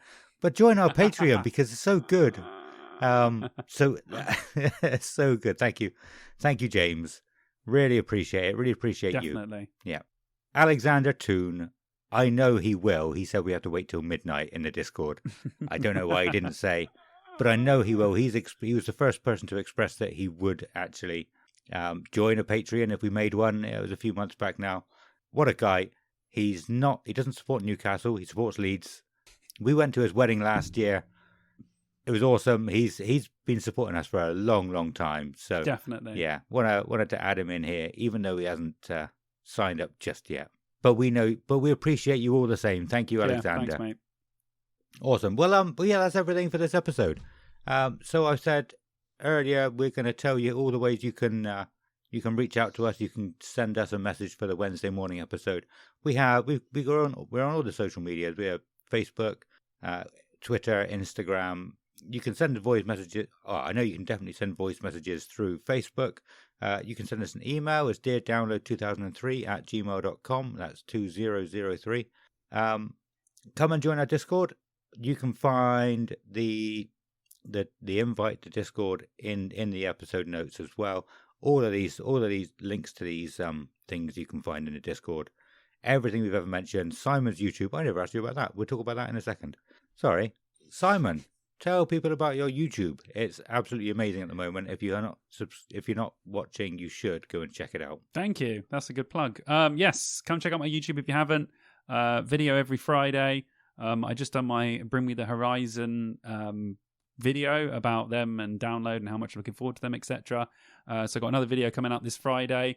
It's really great. I'm appreciating everyone who's hitting me up on there, and hopefully people are coming over to the Dear Download as well and giving us a listen. But yeah, very much enjoying it. Thank you very much. And if you want to hit me up on social media, it's Fonzie_Simon on Instagram. Awesome. And there's a few things you could do for us. Telling your friends is by far the best thing you do for any podcast. Word of mouth is, like I said, better than anything else out there. So tell your friends, share us into any sort of social media groups or messenger groups or anything like that, just tell your friends about us that might be coming. And because they're going to be listening to us in the car on the way up on Wednesday morning anyway, so they might as well know about us in beforehand, so they got chance to catch up. Definitely. Definitely. But yeah, otherwise, give us a review if the podcast platform of your choice lets you give a review. Give us a star rating on Spotify. You can do that now. Any other place, anything positive you can do for us, that would be really appreciated. Thank you very much.